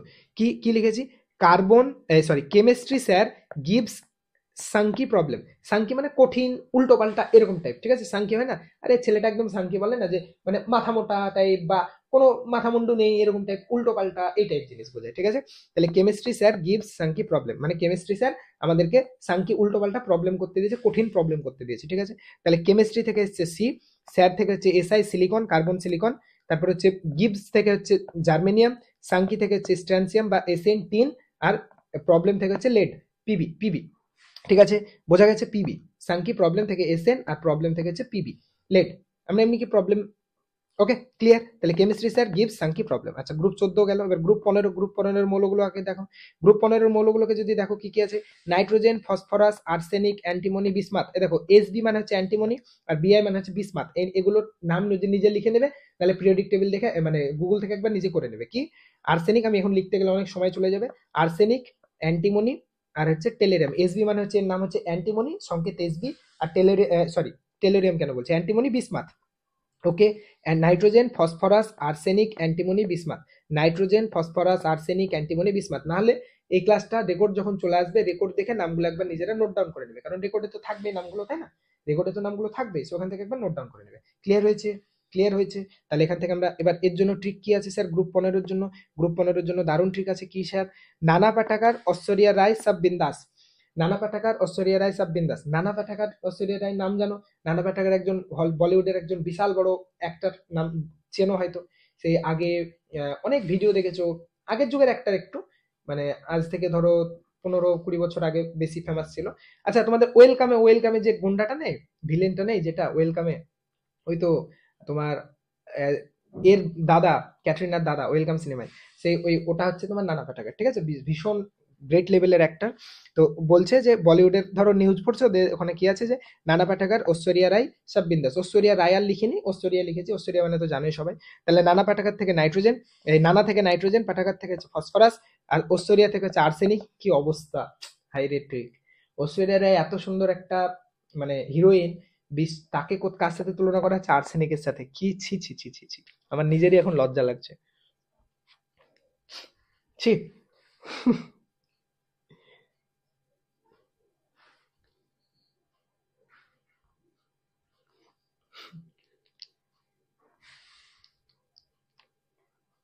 ওকে, চলো তাহলে এবার আবার সিরিয়াস হও, পড়ায় এসো। ওকে, তাহলে কি, ঐশ্বরিয়া রায়, ঐশ্বরিয়া রায় সাব বিন্দাস, সাব থেকে হচ্ছে অ্যান্টিমনি, আর বিন্দাস থেকে হচ্ছে বিসমাত। সাব থেকে হচ্ছে অ্যান্টিমনি, আর বিন্দাস থেকে হচ্ছে বিসমাত। সাব থেকে হচ্ছে অ্যান্টিমনি, বিন্দাস থেকে হচ্ছে বিসমাত। ওকে, ক্লিয়ার। নানা পাঠাগার, ঐশ্বরিয়া রায়, সাব বিন্দাস। তাহলে আশা করি এটাও ক্লিয়ার হয়ে গেল।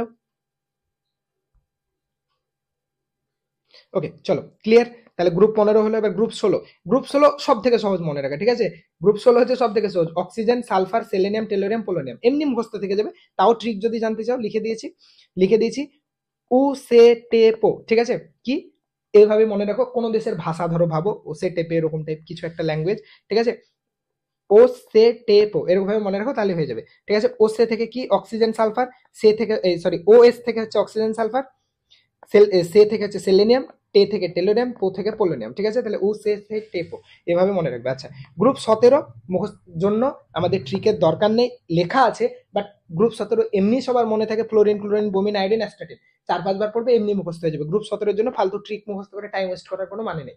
কি তাও লিখে দিয়েছি, full colour brightness in Akaida TV. আকাইদা হচ্ছে একটা টিভি চ্যানেল, কেরলের একটা টিভি চ্যানেলের নাম, full colour brightness in Akaida TV. ঠিক আছে, তাহলে ফুল থেকে হচ্ছে ফ্লোরিন, কালার থেকে হচ্ছে ক্লোরিন, ব্রাইটনেস থেকে হচ্ছে ব্রোমিন, আর ইন হচ্ছে আয়োডিন, আর আকাইদা টিভি থেকে হচ্ছে অ্যাস্টাটিন। দেখো আকাইদার এ আর টিভির টি, আকাইদার এ আর টিভির টি দিয়ে কি অ্যাস্টাটিন। তাহলে এটা জন্য ট্রিক লাগবে না, fluorine chlorine bromine iodine astatine এমনি হয়ে যাবে। ঠিক আছে, ও সে টে পো, এটা পড়তে খুব মজা লাগে তাই না বলো? ও সে টে পো, এমনি মুখস্থ হয়ে যাবে গানের মিউজিকের মতো। ওকে, বোঝা গেল? তাহলে full colour brightness in Akaida TV, full colour brightness in Akaida TV, তাহলে সেখান থেকে fluorine chlorine bromine iodine astatine, fluorine chlorine bromine iodine astatine হয়ে গেছে। হয়েছে, বুঝছো? তাহলে আশা করি প্রত্যেকের এই ট্রিকগুলো ক্লিয়ার হয়ে গেছে। 18 নম্বর গ্রুপটার জন্য কোনো ট্রিক লাগবে না, 18 নম্বর এমনি সবার মুখস্থ হয়ে যাবে। হিলিয়াম, নিয়ন, আর্গন, ক্রিপ্টন, জেনন, রেডন 5 বার সবার পড়বে এমনি হয়ে যাবে, দরকার নেই, এগুলোর জন্য ট্রিক লাগবে না। ওকে, এগুলোর জন্য ট্রিক লাগবে না। তাও যদি কারো মনে হয় না শিয়ার আমার তো ট্রিক লাগবে, তার জন্য ট্রিক অলরেডি দেওয়া আছে, তুমি এখান থেকে দেখে নেবা। ঠিক আছে, 18 নম্বর গ্রুপের জন্য ট্রিক দেওয়া আছে। হেনা, নিনা और करीना हुए 0 রান पे আউট। তাহলে কি হেনা, নিনা আর করিনা তিন বোন ধরো ক্রিকেটে চান্স পেয়েছে ইন্ডিয়ান ক্রিকেট টিমে, তিনজনে ব্যাট করতে নেমেছে, সবাই বসে আছে, দিয়ে জিজ্ঞেস করছে তোমাকে ফোন করে, আরে হেনা, নিনা আর করিনা কি করলো রে আজকে ক্রিকেটে? বলছে হেনা, নিনা আর করিনা হুয়ে 0 রান পে আউট। ঠিক আছে, একটু একটু চেঞ্জ আছে, হেনা থেকে হিলিয়াম, নেনা থেকে হচ্ছে নিয়ন, অর থেকে হচ্ছে আর্গন, করিনা থেকে হচ্ছে ক্রিপ্টন, হুয়ে এটা সেন্টেন্স মিলানোর জন্য, তার জন্য গোল করা আছে, এটা কোনো কাজ নেই। জিরো, জিরো বানান কি জে ডি আরও, আমরা জেরক্সকে তো এক্স আরও এক্স লিখি তাই না, জেড এর জায়গায় এক্স লিখি, সেম ভাবে আমি জিরোকে এক্স আরও দিয়ে বুঝিয়েছি, জানে জেননকে বোঝাতে পারে। ঠিক আছে, তারপর হচ্ছে 0 run pay out, pay out এটার কোনো কাজ নেই, সেন্টেন্স মিলানোর জন্য, রান থেকে হচ্ছে রেডিয়াম। তাহলে হেনা থেকে helium, নেয়ন, argon, krypton, radon, xenon, এই সরি কি বলছি, জেনন রেডন, ক্লিয়ার? তাহলে কি হেনা, নিনা আর করিনা হুয়ে 0 রান পে আউট। তাহলে এই পে আউট আর হুয়া এগুলো হুয়ে এগুলো হচ্ছে সেন্টেন্স মিলানোর জন্য, আর কোনো কাজ নেই। তাহলে আমাদের এই যে ট্রিকগুলো লাগতো গ্রুপগুলোকে মুখস্থ করার জন্য, সেগুলো আমরা অলরেডি দেখে নিলাম। Group 1, group 2, group 13, group 14, 15, 16, 17, 18। তোমরা এটার গুরুত্ব এখনো বুঝতে পারছো না। তোমাকে এটা না জানলে নেক্সট ক্লাসে আমি যখন কোশ্চেন অ্যান্সার করাবো, না জানলে তুমি একটা কোশ্চেন অ্যান্সার সলভ করতে পারবে না। বোঝা গেছে না যায় নাই? বোঝা গেছে না যায় নাই স্যার? ক্লিয়ার সবার? চলো তাহলে আমরা এই গ্রুপ শেখা 18 পর্যন্ত গ্রুপগুলো কিভাবে মুখস্থ করব সেগুলো শিখে নিলাম। এবার আমরা দেখব পিরিয়ডিক টেবিলে যে পর্যায়গুলো আছে সেগুলোর আগে আমরা ওভারভিউ দেখছি, পিরিয়ডিক টেবিলে ভিতরে ঢুকছি না। ঠিক আছে, উপর উপর যেগুলো দেখতে পাচ্ছি সেগুলো। তাহলে আমাদের ফার্স্ট কাজ কি, 1, 2 আর 13 থেকে 18 এই গ্রুপগুলোর মৌলগুলোকে মুখস্থ করা, ফার্স্ট কাজ কমপ্লিট। সেকেন্ড কাজ হচ্ছে এবার আমরা পিরিয়ডিক টেবিলের কোন গ্রুপগুলোকে কি বলে বা কোন পর্যায়কে কি বলে সেগুলো আমরা একটু দেখব। যেমন ধরো প্রথম পর্যায় পিরিয়ডিক টেবিলে যেটা ফার্স্ট পর্যায় সেটাকে বলা হচ্ছে অতি হ্রস্ব পর্যায়। কি বললাম? পিরিয়ডিক টেবিলে যেটা ফার্স্ট পর্যায় সেটাকে বলা হচ্ছে অতি হ্রস্ব পর্যায়। অতি হ্রস্ব মানে খুবই ছোট, খুব ছোট। দেখো দেখো, হাইড্রোজেন আর হিলিয়াম মাত্র দুটো মৌল আছে, হাইড্রোজেন আর হিলিয়াম, তাই এটাকে কি বলা হয়? অতি হ্রস্ব পর্যায়। বোঝা গেছে? অতি হ্রস্ব, হ্রস্ব মানে কি খুব কম। ওকে, তাহলে প্রথম পর্যায়কে বলা হচ্ছে অতি হ্রস্ব পর্যায়ে, এখানে মাত্র দুটো মৌল আছে, হাইড্রোজেন, হিলিয়াম। কি কি মৌল আছে মনে রাখতে হবে না, জাস্ট মনে রাখবে কটা আছে ব্যাস, তাহলেই হবে। ওকে, তাহলে প্রথম পর্যায়ে দুটো আছে হাইড্রোজেন, হিলিয়াম, এগুলো তো এমনি মনে থাকবে। দ্বিতীয় আর তৃতীয় পর্যায় এই দুটোকে একসাথে বলা হয় হ্রস্ব পর্যায়। কি বললাম? দ্বিতীয়, সেকেন্ড আর থার্ড পর্যায়কে একসাথে বলা হয় হ্রস্ব পর্যায়, কারণ দুটোতে 8টা করে মৌল আছে। মানে হ্রস্ব মানে কি অতি হ্রস্বের থেকে একটু বড়। ঠিক আছে, এখানে দুটোতে 8টা করে মৌল আছে, এখানে শুরু হয় লিথিয়াম থেকে নিয়ন আর সোডিয়াম থেকে আর্গন। পিরিয়ডিক টেবিল দেখলে দেখতে পাবে, দেখো লিথিয়ামে শুরু হচ্ছে, নিয়নে শেষ হচ্ছে, সোডিয়ামে শুরু হচ্ছে, আর্গনে শেষ হচ্ছে। লিথিয়ামে শুরু হচ্ছে, সোডিয়াম নিয়নে শেষ হচ্ছে, সোডিয়ামে শুরু হচ্ছে, আর্গনে শেষ হচ্ছে, তৃতীয় পর্যায়ে। ওকে, সো কোথায় থেকে শুরু কোথায় থেকে শেষ সেসব মনে রাখতে হবে না, জাস্ট মনে রাখবে কোথায় কটা মৌল থাকে আর কি নাম। তাহলে দ্বিতীয় তৃতীয় পর্যায়কে বলা হচ্ছে হ্রস্ব পর্যায়, দুটোতে 8টা করে মৌল থাকে। আচ্ছা, তারপর চতুর্থ আর পঞ্চম পর্যায়কে বলা হচ্ছে, চতুর্থ আর পঞ্চম পর্যায়কে একসাথে বলা হচ্ছে দীর্ঘ পর্যায়, কারণ এই দুটোতে 18টা করে মৌল থাকে, এই দুটোতে 18টা করে মৌল থাকে। আচ্ছা, তোমাদের একটু একটু মনে হচ্ছে না স্যার এইরকম সিকোয়েন্স যেন কোথায় দেখেছি স্যার? 2, 8, 18, 32 দেখেছো? আজকে বুঝতে পারবে পিরিয়ডিক টেবিল আসলে ইলেকট্রন বিন্যাসের উপর নির্ভর করে তৈরি, ঠিক আছে, বোঝাবো, চাপ নেই। আসছি তাহলে চতুর্থ আর পঞ্চম পর্যায়কে মিলে হচ্ছে দীর্ঘ পর্যায়, দুটোতে 18টা করে মৌল থাকে। আর স্যার ষষ্ঠ আর সপ্তম পর্যায়ে মিলে হচ্ছে, আচ্ছা এই দুটোকে আলাদা করে পড়ো। ষষ্ঠ পর্যায়কে বলা হচ্ছে অতি দীর্ঘ পর্যায়, স্যার এখানে 32টা মৌল থাকে। ষষ্ঠ পর্যায়কে বলা হচ্ছে স্যার অতি দীর্ঘ পর্যায়, এখানে 32টা মৌল থাকে। আর সপ্তম পর্যায় এটা স্যার হচ্ছে অসম্পূর্ণ অতি দীর্ঘ পর্যায়, এখানেও 32টা মৌল থাকতে পারবে, কিন্তু এখনো অতগুলো মৌল আবিষ্কার হয়নি, তাই এটাকে আমরা কি বলি, অসম্পূর্ণ অতি দীর্ঘ পর্যায়। কি অসম্পূর্ণ, এখনো কমপ্লিট হয়নি, ইনকমপ্লিট। বোঝা গেছে না যায়নি? তাহলে দ্বিতীয় তৃতীয় একসাথে হ্রস্ব পর্যায়, দ্বিতীয় তৃতীয় একসাথে হ্রস্ব পর্যায়, চতুর্থ পঞ্চম একসাথে দীর্ঘ পর্যায়, আর ষষ্ঠ পর্যায়ের নাম হচ্ছে অতি দীর্ঘ পর্যায়, সপ্তম পর্যায় হচ্ছে অসম্পূর্ণ অতি দীর্ঘ পর্যায়।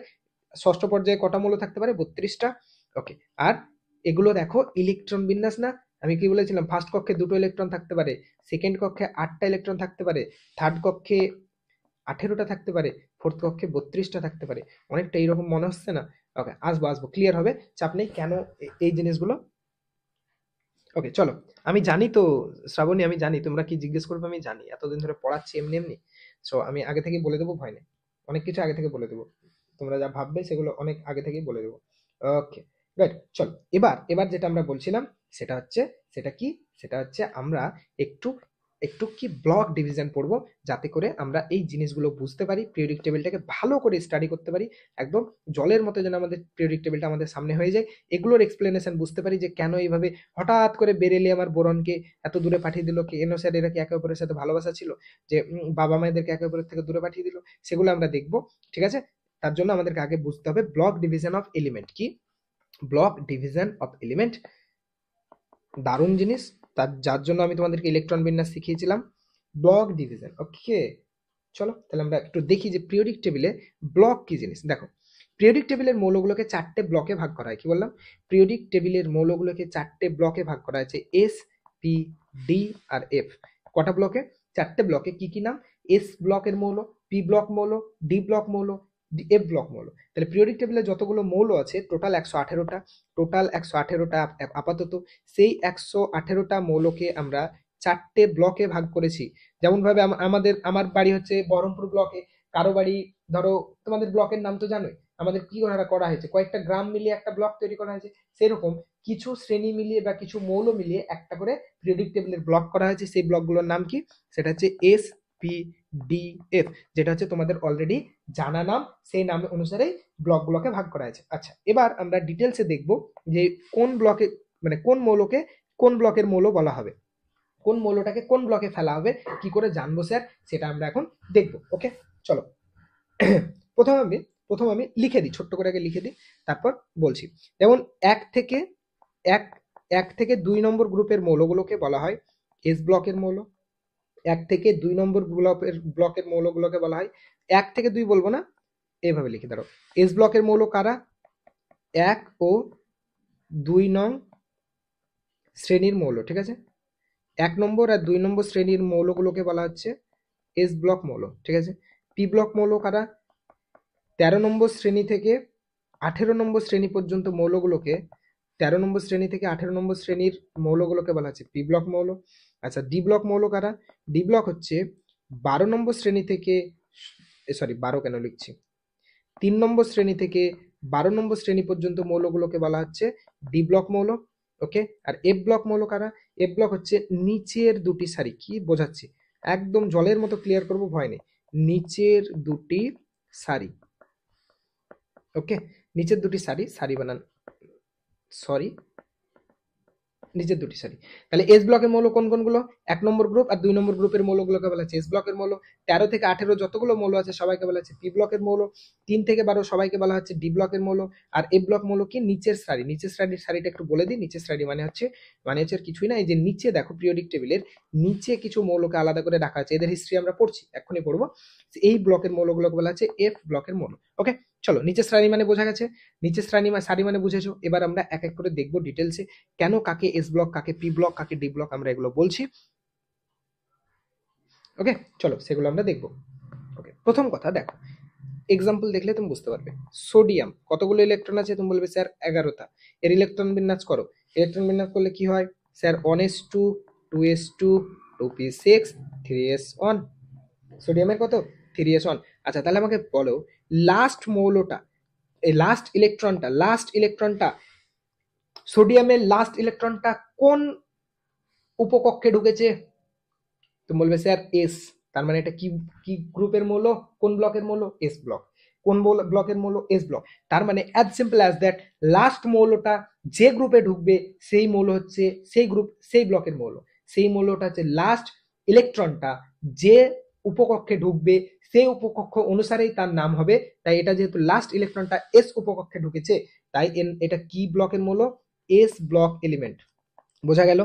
S block element. ওকে, তারপর আরেকটা দেখো, যেমন পটাশিয়ামের ইলেকট্রন বিন্যাস করো 19, ইলেকট্রন বিন্যাস করলে কি হবে? 1s2 2s2 2p6 3s2 3p6, 3p এর পর কে আসে? ডি আসে না এস আসে? পি এর পর কি বলেছিলাম? ডি আসে না, 3d আসবে না, কে আসবে? 4s। তাহলে 4s অন। তাহলে দেখো এটারও লাস্ট ইলেকট্রনটা এক নম্বর এই কোথায় ঢুকেছে? এস উপকক্ষে। তার মানে এটা হলো এস ব্লকের মৌল। তাই বললাম যে পিরিয়ডিক টেবিলে ফার্স্ট আর সেকেন্ডের যতগুলো মৌল আছে তুমি যে কোনো ইলেকট্রন বিন্যাস করো, এদের দুজনের যার ইচ্ছা তুমি ইলেকট্রন বিন্যাস করো, দেখবে প্রত্যেকের ইলেকট্রন লাস্ট কক্ষে এস ব্লকে ঢুকেছে, এস উপকক্ষে ঢুকেছে প্রত্যেকের। তুমি যার ইচ্ছা ম্যাগনেসিয়ামের করে দেখো তো, ম্যাগনেসিয়ামের কি হবে? সোডিয়ামের কি ছিল? 3p, সরি 3p বলছি, 1s2 2s2 2p6, কত হলো? 10 হলো। তারপর হবে 3s2, দেখো সোডিয়াম লাস্ট ইলেকট্রন দুটো কোন এতে ঢুকেছে? এস উপকক্ষে, তাহলে এটাও এস ব্লক। তাই ফার্স্ট আর সেকেন্ডের যে মৌলগুলো তাদেরকে বলা হচ্ছে S block element. S block element একটা ভালো পিডিএফ ছিল, দাঁড়াও পাচ্ছি কি একটু দেখি, এক সেকেন্ড ওয়েট করো, গিভ মি 1 মিনিট, একটা খুব সুন্দর পিডিএফ ছিল যেখানে আমি সবকিছু রেডি করে রেখে দিয়েছিলাম। ওকে, দেখছি এই দেখো ব্লক ডিভিশন। তাহলে এই 1 নম্বর আর 2 নম্বর গ্রুপের মৌলগুলোকে আমরা কি বলবো? S block element. S block element ব্যতিক্রম একটা, শুধু হিলিয়ামটা পরে আসছে, হিলিয়ামটা একটু পর বলছি, জাস্ট বুঝলে? তাহলে 1 নম্বর গ্রুপ আর 2 নম্বর গ্রুপের মৌলগুলোকে আমরা কি বলবো? S block element. এতটুকু ক্লিয়ার হয়েছে? কারো ডাউট আছে এস ব্লক এলিমেন্ট নিয়ে? আচ্ছা তারপর এসো এবার যদি আমরা স্যার পি ব্লক এলিমেন্টের একটা এক্সাম্পল দেখান তো, সত্যি তাই হচ্ছে? ওরা কি সত্যি পি হচ্ছে স্যার, না আপনি এমনি মিথ্যা বলছেন আমাদেরকে, এমনি ভোগাই দিচ্ছেন? না, ভোগাচ্ছি না। তাহলে অ্যালুমিনিয়াম হচ্ছে 13, ইলেকট্রন বিন্যাস করো, ইলেকট্রন বিন্যাস করলে কি হচ্ছে? 1s2 2s2 এই শয়তান 2p6 3s2 3p1। Last electron বা লাস্টের ইলেকট্রনগুলো কোন উপকক্ষে ঢুকেছে? তুমি বলবে স্যার পি এ ঢুকেছে। তার মানে অ্যালুমিনিয়াম স্যার পি ব্লকের মৌল, বুঝতে পারছো? তাহলে তুমি যদি এই ইলেকট্রন না জানতে, ইলেকট্রন বিন্যাস তুমি ব্লক ডিভিশন করতে পারতে, তাহলে এটা হয়ে গেল পি ব্লকের মৌল। ক্লিয়ার? বোঝাতে পেরেছি না পারি নাই? আচ্ছা তারপর বলবে স্যার এটা তো বুঝলাম, নিষ্ক্রিয় গ্যাসগুলো স্যার পি ব্লকের মৌল? হ্যাঁ স্যার, ওগুলো পি ব্লকের মৌল। কিভাবে স্যার? একটা দেখান এক্সাম্পল। আর্গনের ইলেকট্রন বিন্যাস করো, আর্গন কত হয়? 18, ইলেকট্রন বিন্যাস আর্গনের তো আশা করি মুখস্থ আছে, 3p6 লাস্টে হয় না? আর্গনের মুখস্থ করতে বলেছিলাম 1s2 2s2 2p6 3s2 3p6। এরপর থেকে ব্যতিক্রম আমাদের ওই যে 4 পি এর জায়গায় ডি চলে আসে, ডি এর জায়গায় এস চলে আসে, তার জন্য বলেছিলাম আর্গনেরটা মুখস্থ রাখবে 1s2 2s2 2p6 3s2 3p6। তাহলে লাস্ট ইলেকট্রন গুলো কোন উপকক্ষে ঢুকেছে? পি ব্লক, তাহলে এটা পি ব্লকের মৌল। বোঝাতে পেরেছি? কত সহজ জিনিস বলো, কত সহজ জিনিস না? আচ্ছা তাহলে বুঝলাম স্যার এগুলো হচ্ছে এস ব্লক, এগুলো পি ব্লক। আচ্ছা এবার আমরা ছবিটায় দেখি যে কোনটা পি ব্লক। তাহলে পি ব্লক হচ্ছে স্যার এই যে 13 থেকে, মানে এটা 13 নম্বর গ্রুপ আর এটা 18 নম্বর, 13 থেকে 18 নম্বরের এতগুলো যে মৌল আছে সবগুলো হচ্ছে পি ব্লকের মৌল। শুধু একটা ব্যতিক্রম, সেটা হচ্ছে হিলিয়াম। কেন? কারণ হিলিয়ামের লাস্ট কক্ষে এস কি আছে? হিলিয়ামটা এস ব্লকের। তাহলে 1 নম্বর 2 নম্বর আর হিলিয়াম এগুলো হচ্ছে এস ব্লকের মৌল। বাকি হিলিয়াম বাদ দিয়ে 13 থেকে 18 পর্যন্ত যত মৌল আছে সব হচ্ছে পি ব্লকের মৌল, সব হচ্ছে পি ব্লকের মৌল। বোঝা গেছে না যায় নাই? বোঝা গেছে না যায় নাই? ওকে চলো তারপর স্যার আর এস ব্লক পি ব্লক তো বুঝলাম। এবার স্যার আমরা ডি ব্লক কি করে হচ্ছে একটু দেখান। ডি ব্লক কি করে হচ্ছে একটু যদি দেখো তাহলে দেখতে পাবে যে লোহা ধরো লোহা নিলাম, লোহার হচ্ছে কটা? 26টা। ওকে, লোহার হচ্ছে 26টা। তাহলে এর ইলেকট্রন বিন্যাস করো তো, কত হবে? 1s2 2s2 2p6 3s2 3p6, 18 হয়ে গেল। তারপর কি কয়ে আসবে? 4s2, তারপর হচ্ছে 3d6। দেখো 4s2 পর্যন্ত কি ছিল? 20 ক্যালসিয়াম, মনে আছে? 4s2 পর্যন্ত কি ছিল? ক্যালসিয়াম 20 হলো। তারপর হচ্ছে 3d two, sorry 3d6, sorry 3d6, তাহলে কত হয়ে গেল? এ দেখো ডি ব্লক, দেখছো? তাহলে লোহা দেখো ডি ব্লক আছে এই পিরিয়ডিক টেবিলে। দেখো এ দেখো লোহা কোথায় অবস্থিত? লোহা হচ্ছে এই 26 কোথায় থাকবে? এই তো লোহা, এটা হচ্ছে লোহা। তাহলে দেখো এটা হচ্ছে ডি ব্লক। এই আমি কি বলেছিলাম? 3 থেকে 12 নম্বর গ্রুপের মৌলগুলোকে বলা হয় ডি ব্লকের মৌল। 3 থেকে 12 নম্বর গ্রুপের মৌলগুলোকে বলা হয় ডি ব্লকের মৌল। ক্লিয়ার হয়েছে? 3 থেকে হিলিয়ামটা বললাম তো এস ব্লকের মৌল, লিখে আছে তো, এই তো এস ব্লক লিখে দিয়েছি তো। ওকে চলো, তাহলে 3 থেকে তুমি হিলিয়ামের ইলেকট্রন বিন্যাস করে দেখো না 1s2, তো কি হচ্ছে? এস ব্লকের। আমাকে জিজ্ঞেস করতে হবে। তাহলে 3 থেকে 12 নম্বর পর্যন্ত যতগুলো মৌল আছে সব হচ্ছে ডি ব্লকের মৌল, আর নিচে যেগুলো পড়ে থাকবে, নিচে যতগুলো মৌল আছে তারা হচ্ছে সব এফ ব্লকের মৌল। এগুলো ইলেকট্রন বিন্যাস অনেক বড় হবে, করছি না, করলে বুঝতে পারছো যে দেখলে ওটাই হবে। এই 58, মানে বুঝতে পারছো কত দূর যেতে হবে, ফালতু টাইম ওয়েস্ট হবে। কি কি এসসি এফি ডি ব্লক? অবশ্যই এসসি এফি না, এখান 3 নম্বর শ্রেণী থেকে, মানে এই পুরোটা পুরোটা যতগুলো মৌল আছে সব ডি ব্লক। এই তো ছবি দিয়ে দিয়েছে, দেখো দেখাও।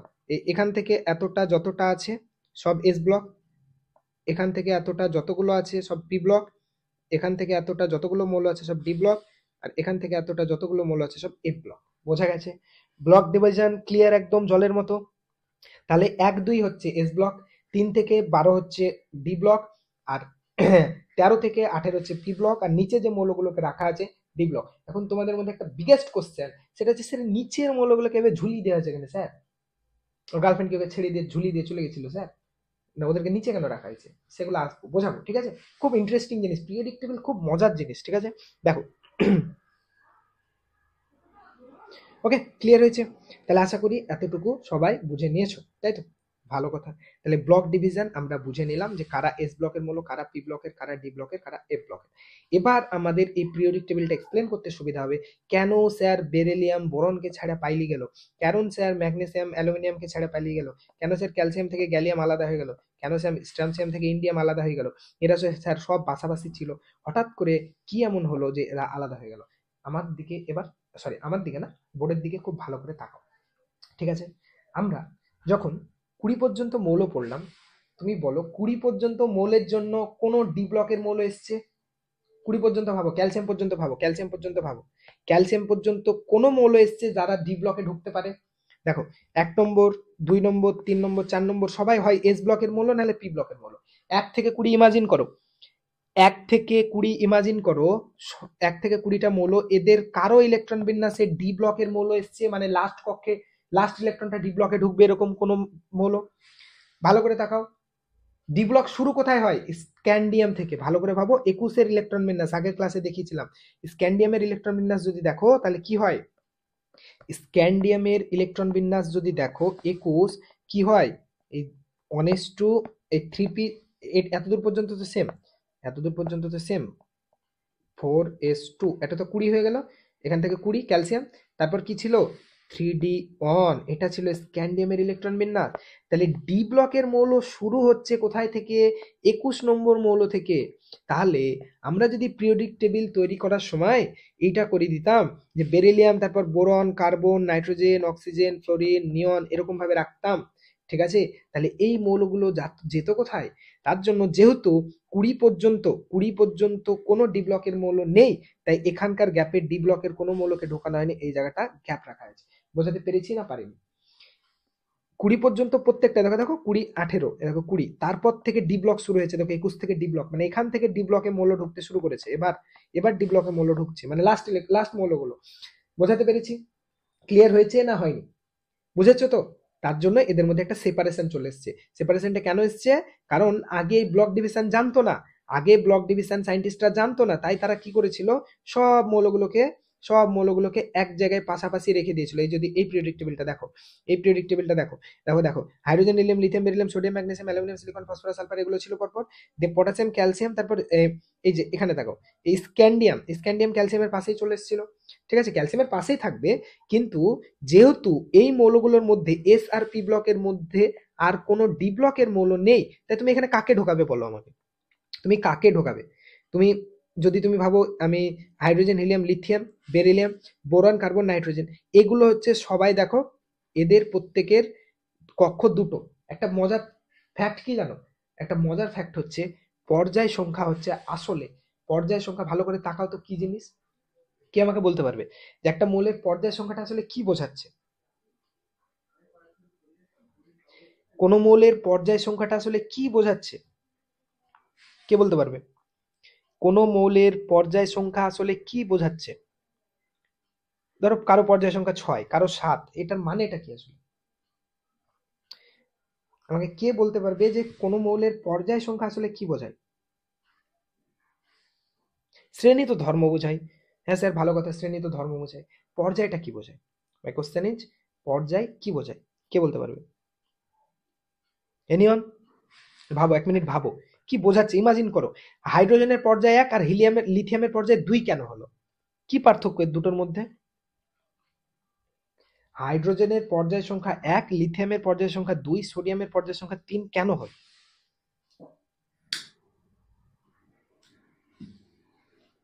একটু ডিপলি ভাবো। অনেকটা কাছাকাছি গেছো ইলেকট্রন বিন্যাস কাছাকাছি গেছো, কিন্তু আদতে কি? আসলে কক্ষ সংখ্যা। ইলেকট্রন বিন্যাসের জন্য কতগুলো কক্ষ লাগবে, পর্যায় মানে হচ্ছে ওর জন্য কতগুলো কক্ষ। এদের ভালো করে দেখো, হাইড্রোজেন হিলিয়াম কটা কক্ষ লাগে ওদের ইলেকট্রন বিন্যাসের জন্য? একটা। লিথিয়াম কটা কক্ষ লাগে? দুটো। বেরিলিয়াম, লিথিয়াম থেকে নিয়ন পর্যন্ত প্রত্যেকের দুটো কক্ষ লাগে। কিন্তু এদের কথা তাকাও তো, এদের তো 4টে কক্ষ লাগে। তো এদের মিডিলে তুমি কি করে ঢোকাবে ওকে? এদের মিডিলে কি করে ঢোকাবে? বোঝাতে পেরেছি? এদের দেখো প্রত্যেকের দুটো করে কক্ষ লাগে, এদের দেখো 3টে। সোডিয়াম ইলেকট্রন বিন্যাস করো, সোডিয়ামকে ইলেকট্রন বিন্যাস করলে দেখবে ফার্স্ট কক্ষে দুটো আছে। এই সরি সরি সরি, সোডিয়ামের যদি দেখো তাহলে দেখবে ফার্স্ট কক্ষ দুটো ইলেকট্রন, তারপরের কক্ষে 8টা, তারপরের কক্ষে 1টা। কটা কক্ষ লাগছে? 3টে। তাহলে পিরিয়ডিক টেবিলের যে পর্যায়, সেটা আসলে বোঝাচ্ছে কক্ষের সংখ্যা। বোঝাতে পেরেছি? ওর ইলেকট্রন বিন্যাসের জন্য কতগুলো কক্ষ প্রয়োজন একদম মাথার মধ্যে ঢুকেছে। তাহলে এদের কক্ষ লাগে দুটো, এদের কক্ষ লাগে 3টে। ডি ব্লকের মৌলগুলো শুরুই হয় 4টে কক্ষ থেকে। 4s এ শুরু হয়, 4s এর পর 3d আছে। 4s মানে কি? 4 নম্বর কক্ষ। তাহলে তুমি 4 নম্বর কক্ষের আগে এদেরকে জায়গা দিতে পারো? 4 নম্বর পর্যায়ের আগে এদেরকে কোথাও জায়গা দিতে পারো? সম্ভব না। তাই বাধ্য হয়ে আমাদেরকে এই 1, 2 এর পর 13 থেকে 18, এরা পাশাপাশি পজিশন পাশাপাশি হলেও এদেরকে সেপারেট রাখতে হয়েছে, কারণ আমাদেরকে পিরিয়ডিক টেবিলটা তো একটা সিস্টেমেটিক ওয়েতে সাজাতে হবে না। তুমি এখানে যদি স্ক্যান্ডিয়াম টাইটেনিয়ামকে ঢুকিয়ে দাও, তো তার মানে এদের পর্যায় কত হয়ে গেল? 2। এদেরকে 2 নম্বর পর্যায়ের মৌল নাকি? এদের পর্যায় হচ্ছে 4। কেন? এদের ইলেকট্রন বিন্যাসের জন্য 4টে কক্ষ দরকার। এখানে যতগুলো মৌল আছে সবার ইলেকট্রন বিন্যাসের জন্য 3টে কক্ষ দরকার। আর্গনের ইলেকট্রন বিন্যাস করো, ফার্স্ট কক্ষ দুটো ইলেকট্রন, সেকেন্ড কক্ষে 8টা 10টা, থার্ড কক্ষে 8টা, 18টা ইলেকট্রন হয়ে গেল কমপ্লিট। বোঝাতে পেরেছি? কমপ্লিট হয়েছে? একদম ক্রিস্টাল আইডিয়া পেয়েছো?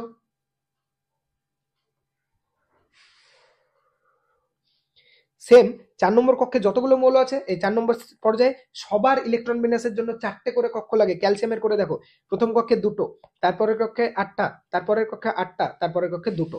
2 8 8 2, তাহলে কক্ষ কটা লাগছে? 4টে। তাই হচ্ছে 4 নম্বর পর্যায়ের মৌল।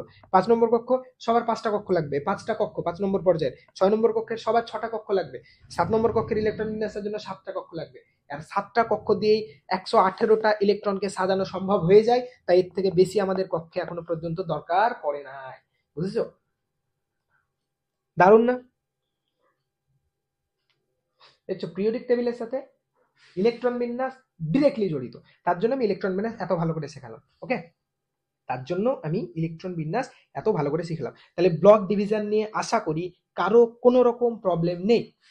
বোঝাতে পেরেছি? বোঝাতে পেরেছি? জলের মতো পরিষ্কার? ওকে, গুড। চলো, তাহলে স্যার এটা তো বুঝলাম, কিন্তু স্যার এই সাজানো তো আমরা বুঝে নিলাম, কিন্তু স্যার এখনো একটু প্রবলেম থেকে গেল স্যার। প্রবলেমটা হচ্ছে নিচের মৌলগুলো কেন ঝুলে আছে স্যার? ওরা কি দোষ করলো যে ওদেরকে ওইভাবে শাস্তি দেওয়া হলো, ওদেরকে আলাদা করে ঝুলিয়ে দেওয়া হলো? স্যার ওদের একা লাগে না? এতগুলো মানে সবার থেকে সেপারেট হয়ে গেছে স্যার, কেমন যেন মনে হচ্ছে, মা বাবা নেই, অনাথ বাচ্চা তেমন হচ্ছে স্যার। তো এদেরকে এরকম কেন করা হলো? এদেরকে এরকম করার কারণ খুব সিম্পল বাট ইন্টারেস্টিং। কিরকম ইন্টারেস্টিং দেখো, ঝোলটা বোঝো। ঝোলটা হচ্ছে, এখানে একটা মৌল আছে 56-র পর 57 নম্বর একটা মৌল আছে, যার নাম হচ্ছে ল্যান্থেনিয়াম। 56-র পর এই বেরিয়ামের পর একটা মৌল আছে 57, দেখো 56-র পর 57 এই ল্যান্থেনিয়াম, তারপর 72 শুরু হয়ে গেছে। এ কি মজার ব্যাপার না? 56 ছিল, এখানে 57 নম্বর মৌল আছে ল্যান্থেনিয়াম, তারপর শুরু হয়ে গেছে 72। আচ্ছা, আমি অন্য একটা পিরিয়ডিক টেবিল দেখাই, যেটা তোমরা দেখে বুঝতে পারবে। দাঁড়াও, এক সেকেন্ড, ওয়েট, এখানে এসো। এখানে এসো, এই দেখো 56 বেরিলিয়াম আছে, ভালো করে থাকো। 56 বেরিলিয়াম আছে, তারপর 57 আছে, এই মূল্যটার দিকে একটু ফোকাস করো। 57 আছে, এর পাশে একটা স্টার চিহ্ন দেওয়া আছে। আর এখানে একটা 88 এর পর 89 বলে একটা মৌল আছে। ঠিকই আছে, 88 এর পর তো স্যার 89 হয়। 88 এর পর 89 বলে একটা মৌল আছে, তার পাশে একটা চিহ্ন দেওয়া আছে। বাট প্রবলেম ইজ স্যার, এই 57 পর হিসাব মতো তো 58 আসার কথা, চলে এলো 72। স্যার 89 এর পর আসার কথা তো 90 চলে এলো 104। এ কি স্যার, এ তো মানে না যায় না। তুমি বলো, আমরা পিরিয়ডিক টেবিল কিভাবে পড়ছি? 40, 41, 42, 43 এইভাবে প্রোটন সংখ্যা অনুসারে পরপর সাজানো হয়। কিন্তু 57 পর স্যার 72 কেন এলো, 89 পর 104 কেন এলো? প্রবলেম ইজ, এখানে যে মৌলগুলো দেখছো 57 পর টুক করে নিচে চলে আসে 58। এখান থেকে 58 শুরু, 58, 59, 60, 61, 62, 63, 64, একটু ছোট করে ধরো, 63, 64, 65, 66, লাস্ট মৌলটা আছে 71, তারপর আবার 72 শুরু হয়েছে। মানে ব্যাপারটা এরকম, 57 থেকে নিচে আসছে, টুক টুক টুক টুক টুক করে যাচ্ছে, দিয়ে আবার ঘুরে এখান থেকে আবার পিরিয়ডিক টেবিল শুরু হচ্ছে, এভাবে যাচ্ছে। ফ্রান্সিয়াম, বেরিয়াম, অ্যাক্টিয়াম, আবার অ্যাক্টিয়ামের পর এই নিচে চলে আসছে, পিরিয়ডিক টেবিল আবার ঘুরছে, টুক টুক টুক টুক করে যাচ্ছে, দিয়ে এখানে এসে শুরু হচ্ছে 104। বোঝাতে পেরেছি? এবার প্রবলেম ইজ, কেন এরকম করতে হলো? এদেরকে আমরা পরপর পজিশন দিতে পারলাম না কেন? প্রথম কথা, এরা এফ ব্লকের মৌল, এদের লাস্ট কক্ষ ইলেকট্রন এফ ব্লকে ঢোকে।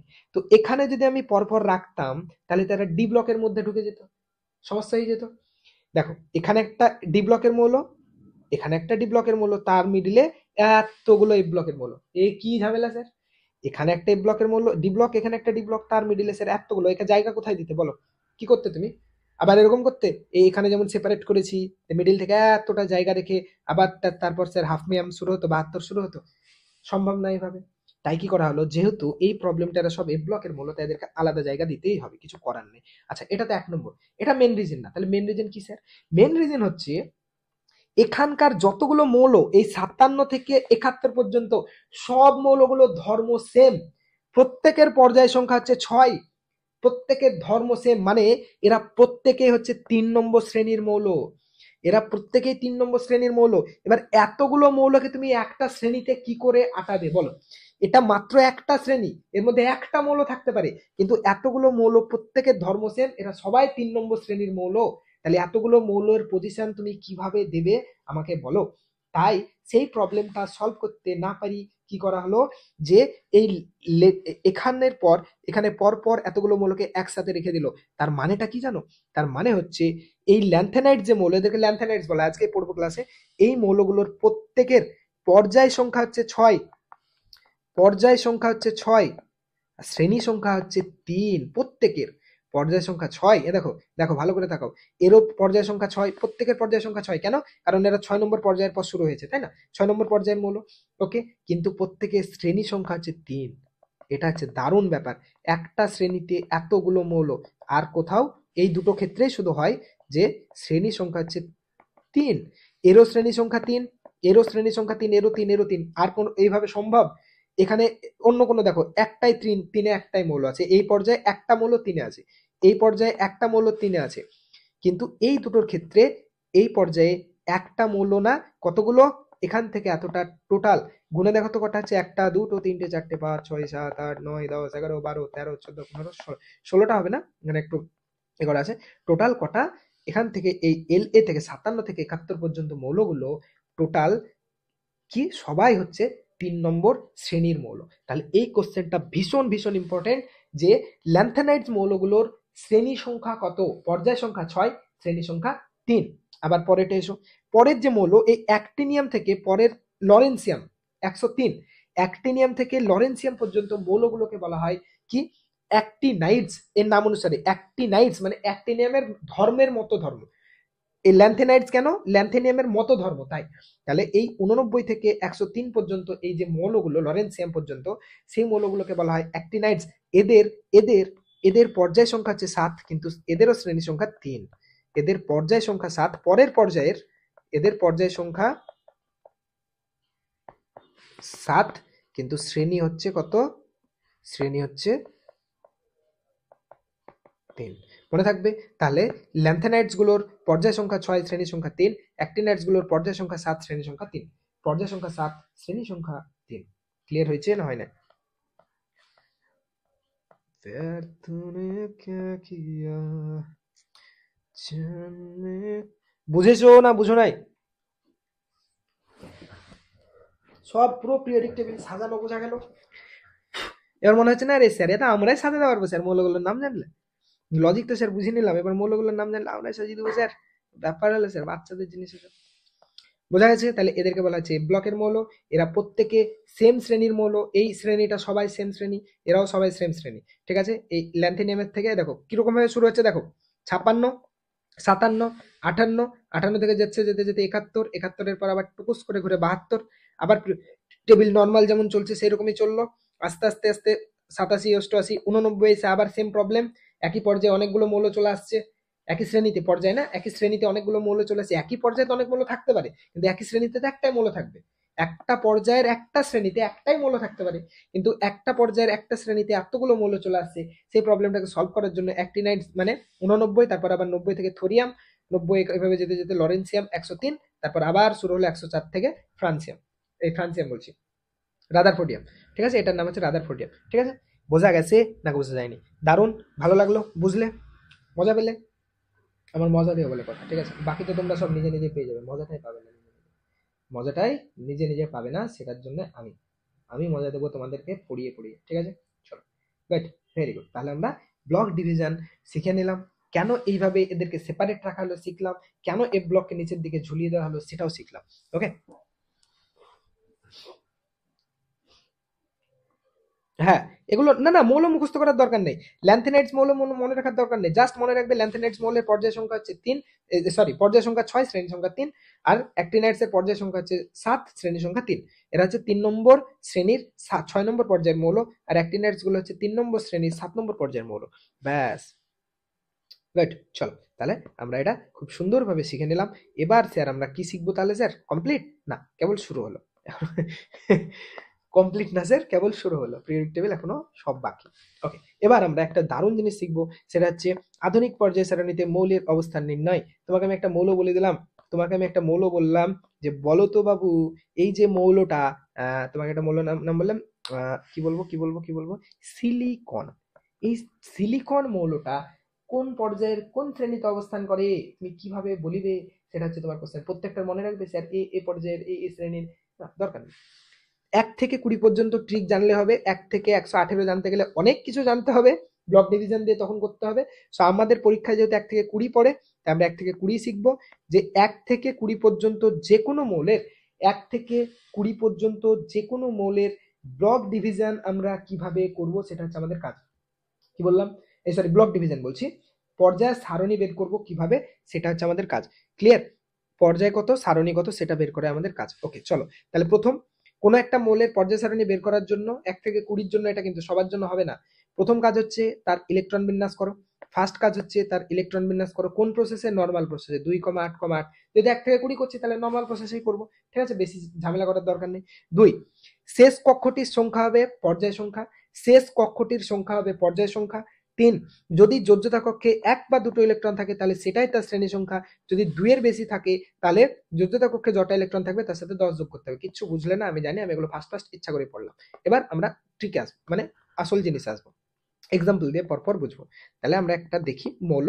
ধরো আমি প্রথমে একটা মৌল নিলাম ম্যাগনেসিয়াম। কি বললাম? ম্যাগনেসিয়াম। ম্যাগনেসিয়ামের এই কত 12, এই আমাকে পর্যায় শ্রেণী জিজ্ঞেস করলো, তো কি করে বলবো স্যার? দেখো খুব সহজ, ইলেকট্রন বিন্যাস করো। ইলেকট্রন বিন্যাস করলে কত? 2,8,2। আচ্ছা 2,8,2, তাহলে এর ইলেকট্রন বিন্যাস করার জন্য কতগুলো কক্ষ লাগলো? তুমি বলবে স্যার 3টে, n ইকুয়াল টু 1 নম্বর কক্ষ, এটা হচ্ছে স্যার 2 নম্বর কক্ষ, আর এটা 3 নম্বর কক্ষ। তাহলে 3টে কক্ষ। আমি কি বলেছিলাম? যটা কক্ষ সেটা হচ্ছে ওর পর্যায়। তাহলে ম্যাগনেসিয়ামের পর্যায় কত? আমি কি লিখলাম? যে যটা কক্ষ লাগবে ইলেকট্রন বিন্যাসের জন্য সেটা হচ্ছে ওর পর্যায়।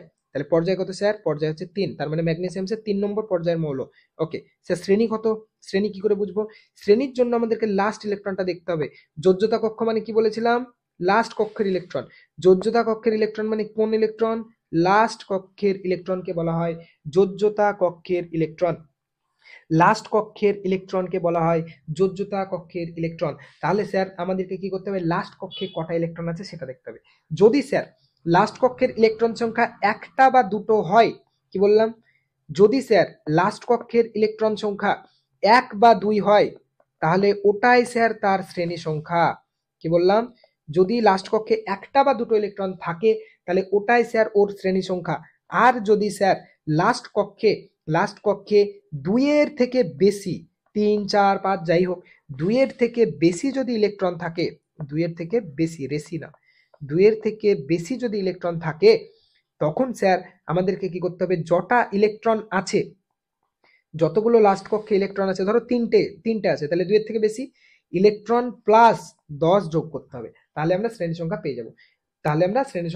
এক্সাম্পল দিয়ে দেখছি, যেমন এর পর্যায়। এবার দেখো লাস্ট কক্ষে কটা ইলেকট্রন আছে, তুমি বলবে দুটো স্যার, তার মানে শ্রেণী কত স্যার, এর শ্রেণী হচ্ছে 2, তাহলে পর্যায় 2, শ্রেণী হচ্ছে পর্যায় 3, আর শ্রেণী হচ্ছে ম্যাগনেসিয়ামের 2। কেন? লাস্ট কক্ষে দুটো আছে আমি লিখেছি, যদি একটা বা দুটোই থাকে তাহলে সেটাই শ্রেণী, আর যদি 2 এর অধিক থাকে তাহলে যতগুলো ইলেকট্রন থাকবে তার সাথে 10 যোগ করতে হইবে। তুমি মিলিয়ে দেখো তো যে ম্যাগনেসিয়াম 3 নম্বর পর্যায়ে 2 নম্বর শ্রেণীর মৌল কিনা, পিরিয়ডিক টেবিল খুলে ফেলো, দেখতে পেয়ে যাবে ম্যাগনেসিয়াম কোথায় আছে। এখানে স্যার দেখতে পাচ্ছি স্যার 3 নম্বর পর্যায়ে 2 নম্বর শ্রেণীর মৌল, ব্যাস মিললো। 3 নম্বর পর্যায়ে 2 নম্বর শ্রেণীর মৌল, ব্যাস সুন্দরভাবে মিলে গেল। তাহলে আমাদের এটা নিয়ে আর মাথা ব্যথা নেই।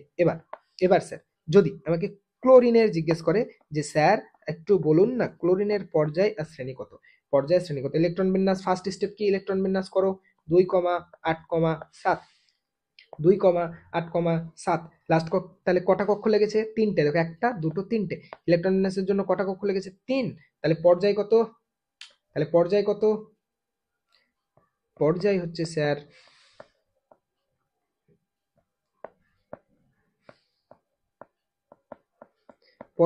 স্যার 3, শ্রেণী কত স্যার, শ্রেণী হচ্ছে স্যার লাস্ট কক্ষে 7টা আছে মানে 2 এর বেশি, তার মানে 7 + 10 অর্থাৎ 17 নম্বর শ্রেণীর মৌল।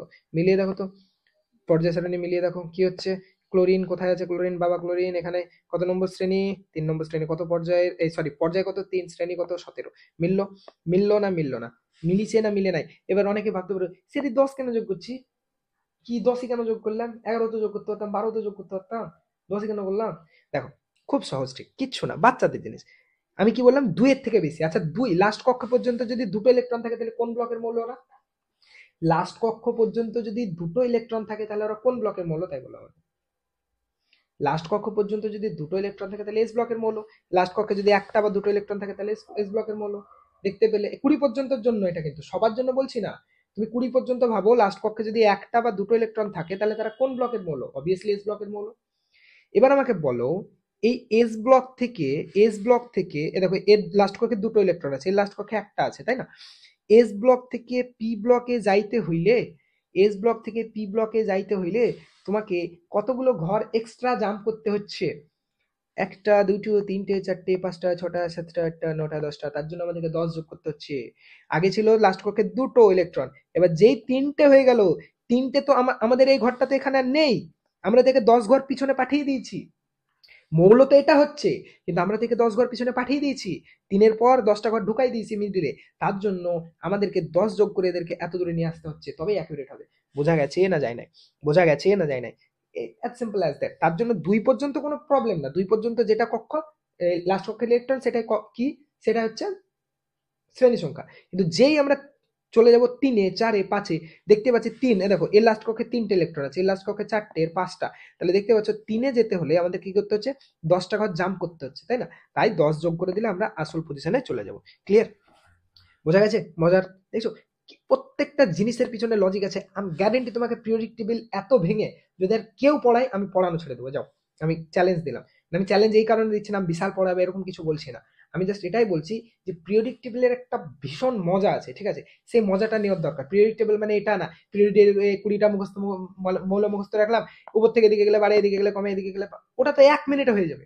তোমাদের যেটা কোশ্চেন, যেটা প্রবলেম, যেটা তোমরা নিয়ে ভয় করো যে স্যার এদিকে গেলে ধাতব ধর্ম বাড়ছে, এদিকে গেলে ধাতব ধর্ম কমছে, এদিকে আসলে স্যার আকার বাড়ছে, এদিকে গেলে, ওটা আমি 1 মিনিটে করে দেবো, 1 মিনিটে পুরোটা কমপ্লিট হয়ে যাবে, পুরোটা গ্যারেন্টি, যত আছে সব কিছু কমপ্লিট হয়ে যাবে জাস্ট 1 মিনিটে। ওটা কিচ্ছু না বাচ্চাদের জিনিস, ট্রিক জানলে। আসল জিনিস হচ্ছে এই জিনিসগুলো বোঝা, এটার মজাটা নেওয়া, যে পিরিয়ডিক টেবিলটা কিভাবে ডেভেলপ করলো, কিভাবে কি করব, কিভাবে কাজ করছে, কেন সেপারেট হচ্ছে, কেন 10 যোগ করছি, কেন 2-এর পরই 10 যোগ করতে হচ্ছে, এই যে লজিক গুলো বোঝা না, সেটা হচ্ছে আসল জিনিস। ওকে, তাহলে কি বললাম, পারবে ইলেকট্রন বিন্যাস ফার্স্ট করলে, 2 নম্বর যতগুলো কক্ষ লাগলো সেটা হচ্ছে পর্যায় সংখ্যা, ব্যাস। পর্যায় নিয়ে কোনো ঝামেলা নেই, ঝামেলা চলে হলো শ্রেণীতে। যদি লাস্ট কক্ষে একটা বা দুটো ইলেকট্রন থাকে সেটাও শ্রেণী সংখ্যা। যদি দুয়ের থেকে বেশি থাকে তাহলে 10 যোগ করতে হবে, যতগুলো ইলেকট্রন থাকবে। যদি 3টে থাকে তার সাথে 10 যোগ, তো এই 7টা ছিল আমরা দেখলাম, তার সাথে 10 যোগ। ওকে, তাহলে বুঝেছো না বুঝো নাই? বুঝছো? গুড। চলো এবার আমরা এটাও বুঝে নিলাম। এবার আমরা এখানে সব এক্সাম্পল দেওয়া আছে, দেখে নেবে। এবার আমরা দেখব পিরিয়ডিক টেবিলের কোন মৌলগুলোকে কি বলা হয়। ঠিক আছে, 8 ঘন্টা টাইম আছে, 8 ঘন্টায় মোটামুটি আজকে এটা হয়ে যাবে। নেক্সট দিন আমরা ধর্মগুলো একটু দেখব, ধর্মগুলো দেখে কোশ্চেন অ্যান্সার করবো। ঠিক আছে, এক ক্লাসে দুটো করিয়ে দিব। ঠিক আছে, চাপ নেই, হয়ে যাবে। নেক্সট দিন 2 ঘন্টার জন্য রেডি থাকবা সবাই, পাক্কা টানা 2 ঘন্টা যাবে। নেক্সট ক্লাসও কমপ্লিট হবে কোশ্চেন অ্যান্সার মিলিয়ে, না হলে না হবে, যতটা হবে পরের ক্লাসে করাবো, চাপ নেই। আমার উদ্দেশ্য শেখানো ভালো করে। ওকে চলো, এবার আমরা দেখব পিরিয়ডিক টেবিলে স্যার বইয়ে না কোন মৌলগুলোকে আদর্শ বলছে, কোনগুলোকে সন্ধিগত মৌল বলছে। ঝামেলা শেষ নাই স্যার, কাকে বলছে বর ধাতু, কাকে বলছে মুদ্রা ধাতু, ঠিক পাচ্ছি না স্যার। তাহলে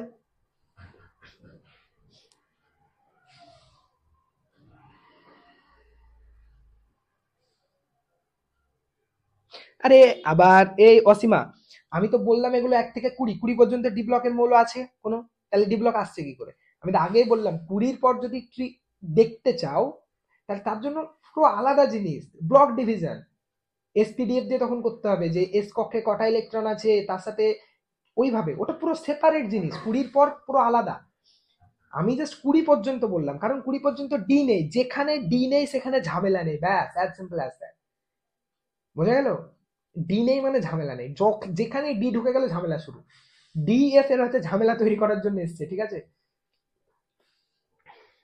ওকে চলো, তাহলে বোঝা গেল। তাহলে এবার আমরা দেখবো পিরিয়ডিক টেবিলে যে বিভিন্ন মৌলগুলো আছে সেগুলো কাকে কি বলা হয়। তোমাদের 1 মিনিট একটু রেস্ট থাকলো, 8টা পর্যন্ত ক্লাস নেব। 1 মিনিট রেস্ট নাও, সবাই একটু মানে ঘাপ ছাড়ো, একটা অনেক পড়া হলো, দেন আমরা শুরু করছি। ওকে, আমি 1 মিনিট আসছি, দেন শুরু করছি।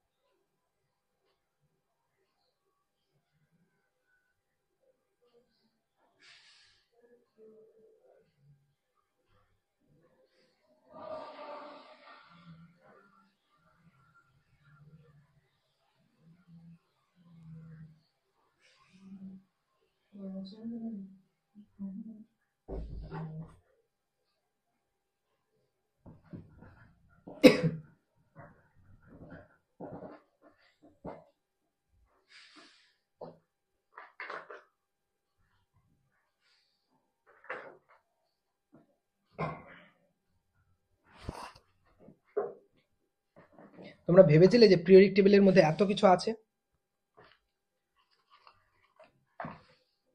যেটা নিয়ে তোমাদের ভয় ওটা 1 মিনিট লাগবে, চাপ নেই।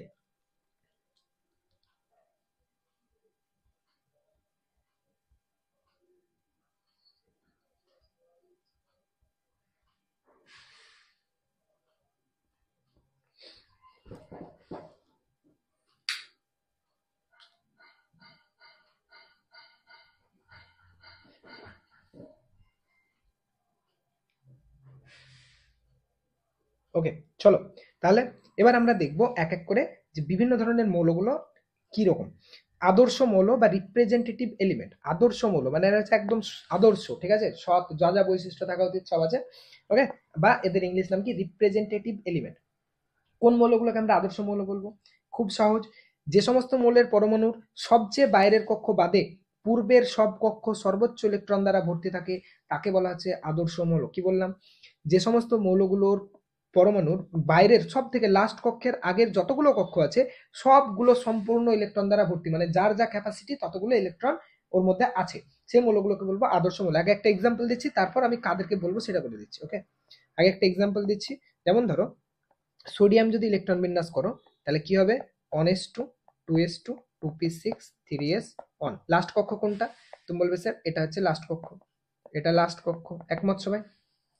এটা লাস্ট কক্ষ। আচ্ছা স্যার, এটা যদি লাস্ট কক্ষ হয় তার আগের যতগুলো কক্ষ আছে দেখো, তার আগের কি কি আছে, 1s, 2s, 2p। এর ম্যাক্সিমাম ক্যাপাসিটি দুটো, দুটোই ফিল আছে, এর ক্যাপাসিটি দুটো, দুটোই আছে, এর ছটা, ছটাই আছে, ব্যাস। তার মানে এটা কি হয়ে গেল আদর্শ। তাহলে লাস্ট কক্ষের আগে যতগুলো কক্ষ থাকবে সবাই ফুল থাকবে, ফুল।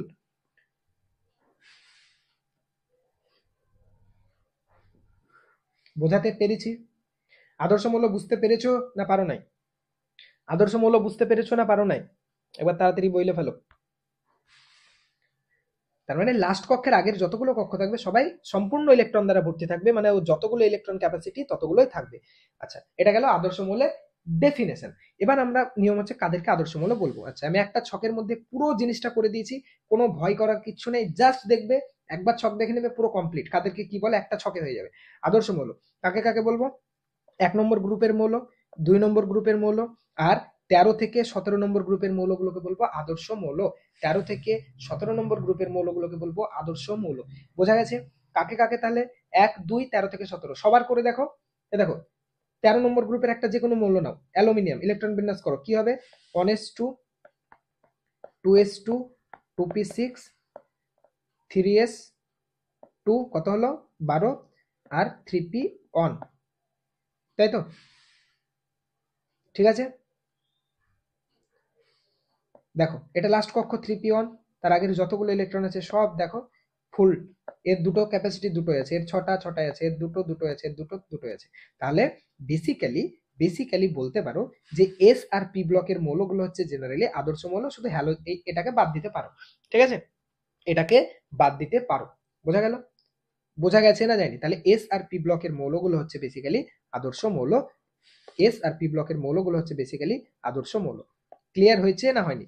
লাস্ট কক্ষের আগের যতগুলো কক্ষ আছে সব ইলেকট্রন দ্বারা ভর্তি থাকবে। লাস্টেরটা যদি ফুল থাকে তাহলে তো বলেই দিয়েছি, তাহলে তো নিষ্ক্রিয় মৌল।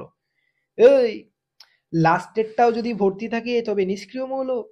নিষ্ক্রিয় মৌলের ইলেকট্রন বিন্যাস করো, সবার দেখো প্রত্যেকটা যে কক্ষে যটা ইলেকট্রন দরকার তটাই আছে। তুমি নিয়নের করো, নিয়ন ইলেকট্রন বিন্যাস করলে কি হবে? 1s2, 2s2, 2p6, যার যা দরকার ভর্তি।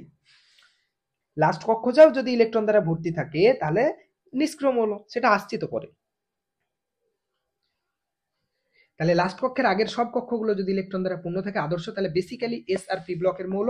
তার মানে কি গ্রুপ 1, গ্রুপ 2 আর 13 থেকে 17 এখানে লিখে দিয়েছি। গ্রুপ 1, গ্রুপ 2, 13 থেকে 17 এগুলো হচ্ছে আদর্শ মৌল। তাহলে আদর্শ মৌল নিয়ে কোনো ঝামেলা নেই, একদম ক্লিয়ার, একদম ক্লিয়ার। 1, 2, 13 থেকে 17 লাস্ট কক্ষের আগের সব কক্ষগুলো ইলেকট্রন দ্বারা পূর্ণ, তার মানে আদর্শ। এবার আমরা দেখবো সন্ধিগত মৌল বা ট্রানজিশন এলিমেন্ট, যেটা হচ্ছে ঝামেলার জিনিস। সন্ধিগত মৌল কি? যেসব মৌলের পরমাণুর স্থির অবস্থায় বা কোনো একটি যোজ্যতা স্তরে, এসব এখন বাদ দাও, এগুলো তোমাদের কত বুঝতে হবে না, এগুলো হায়ার লেভেলের জিনিস। স্তরে সর্ববহিস্থ কক্ষের আগের কক্ষ ইলেকট্রন দ্বারা পূর্ণ থাকে না। কি বললাম? সর্ববহিস্থ মানে সব শেষের কক্ষের আগের কক্ষ ইলেকট্রন দ্বারা পূর্ণ থাকে না, তাদেরকে বলা হচ্ছে সন্ধিগত মৌল। কি বললাম? তাদেরকে বলা হচ্ছে সন্ধিগত মৌল। একটা এক্সাম্পল দিয়ে দেখাচ্ছি। ধরো লোহার ইলেকট্রন বিন্যাস যদি করো, লোহার ইলেকট্রন বিন্যাস যদি করো, তাহলে লোহার ইলেকট্রন বিন্যাস করলে কত হচ্ছে গো? 1s2, 2s2, 2p6, 3s2, 3p6, কত হলো? 3p6 মানে আর্গন পর্যন্ত হলো। 3p6 মানে কি? আর্গন পর্যন্ত হলো 18টা। আচ্ছা, তারপর হচ্ছে 4s2, 3p এর পর 4s আছে, তারপর আছে 3d, 3d6। ভালো করে দেখো লাস্ট কক্ষ এখানে কোনটা? তো কেউ আবার বলুন আছে 3d লাস্ট কক্ষ, মাথা মেরে মাথা ফাটিয়ে দেবো।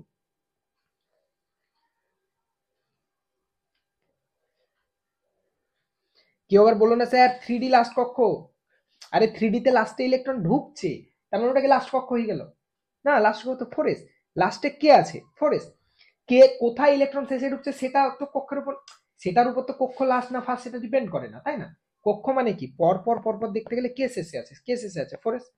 তাহলে এখানে আছে 4s লাস্ট কক্ষ, লাস্ট। তার আগের কক্ষ কি আছে? তার আগের উপকক্ষ কি? 3D। 3D ফুল আছে, 3D ফুল আছে, 3D ফুল আছে কি ফুল নেই? তুমি বলবে না স্যার 3D এর ক্যাপাসিটি কত? 10টা আছে, কটা? 6টা। তার মানে স্যার লাস্ট কক্ষের আগের কক্ষ, লাস্ট কক্ষের আগের কক্ষ সম্পূর্ণ ইলেকট্রন দ্বারা ভর্তি নেই, তাই এটাকে হচ্ছে কি কি মৌল? সন্ধিগত মৌল। সন্ধিগত মৌল। বোঝা গেছে না যায় না? বোঝা গেছে না যায় না? তারপর আরেকটা দেখো, ইৎক্যান্ডিয়াম, ইৎক্যান্ডিয়াম, স্ক্যান্ডিয়াম কত ছিল? 21। ইলেকট্রন বিন্যাস করো 1s2, 2s2, 2p6, 3s2, 3p6, 4s1, 3d1, এই সরি 4s1 কেন, সরি 4s2, 3d1 হয়েছে? 4:3 জন। এখানে লাস্ট কক্ষটা অবভিয়াসলি যেটা কক্ষ সংখ্যা সব থেকে বেশি 4s, তার মানে এটা হচ্ছে লাস্ট কক্ষ। তার আগের কক্ষ কি 3D, 3D কি ফুল ভর্তি আছে? তুমি বলবে না স্যার 3D লাস্ট উপকক্ষের আগের উপকক্ষ ফুল ভর্তি নেই, ওর ক্যাপাসিটি 10টা আছে একটা, তার মানে স্যার এটাও হবে না, তার মানে এটাও হয়ে গেল স্যার সন্ধিগত মৌল। তাহলে এটা হলো কি সন্ধিগত, বোঝা গেছে? বা ট্রানজিশনাল এলিমেন্ট, সন্ধিগত বা ট্রানজিশনাল এলিমেন্ট। সন্ধি করে এরা নিজেদের মধ্যে, সন্ধি করে, তাই না? সন্ধি করে বলে আচ্ছা বাবা ফরেস তুই কিছু নিয়ে নে, আমি পরে নিচ্ছি, পরে নিচ্ছি, তুই আগে নিয়ে নে তারপর আমি নেব, ঠিক আছে? সন্ধি করে, তার জন্য এদের নাম কি সন্ধিগত মৌল। ওকে চলো, ক্লিয়ার হয়েছে? তাহলে সন্ধিগত মৌল বুঝলে। এবার কোশ্চেন হচ্ছে স্যার কাদেরকে সন্ধিগত মৌল বলবো? ডি ব্লকের যতগুলো মৌল আছে সবাই হচ্ছে সন্ধিগত মৌল। ডি ব্লকের যতগুলো মৌল আছে সবাই হচ্ছে সন্ধিগত মৌল, মানে এখান থেকে এতটা পর্যন্ত হচ্ছে সবাই সন্ধিগত মৌল। এই নিচের গুলো সন্ধিগত মৌল না, শুধু এই ব্লকের গুলো বাদ দিয়ে। ওকে, ডি ব্লকের সবাই, নিচের গুলোকে সন্ধিগত বলবো না, এগুলো হচ্ছে ইনার ইনার ট্রানজিশনাল এলিমেন্ট, বাংলাটা আমার মনে নেই, আন্তঃসন্ধিগত মৌল এরকম কিছু একটা হবে, ঠিক আছে? ইনার ট্রানজিশনাল এলিমেন্ট, বাংলাটা একবার দেখে নেবে সবাই। ওকে যাই হোক, তাহলে ডি ব্লকের সব মৌলগুলো সন্ধিগত মৌল। আচ্ছা, যারা আমার কথাটা অন্ধের মতো বিশ্বাস করে নিলে তাদের মতো বোকা আর কেউ নেই, তাদের মতো বোকা আর কেউ নেই। কেন স্যার? আপনি তো বললেন, আপনি তো বোঝালেন যে এদের সবার স্যার কি হবে, লাস্ট কক্ষের আগের কক্ষ ফুল থাকবে না। প্রবলেম হচ্ছে এই জায়গাটায়, জিঙ্ক ক্যাডমিয়াম পারদ, জিঙ্ক ক্যাডমিয়াম পারদ এদেরকে নিয়ে একটু স্যার ঝোল আছে। ঝোলটা কি স্যার? ঝোলটা হচ্ছে স্যার জিঙ্কের যদি আমরা ইলেকট্রন বিন্যাস করি তাহলে স্যার সেটা দাঁড়ায়, জিঙ্ক কত হয় 30, তাই না?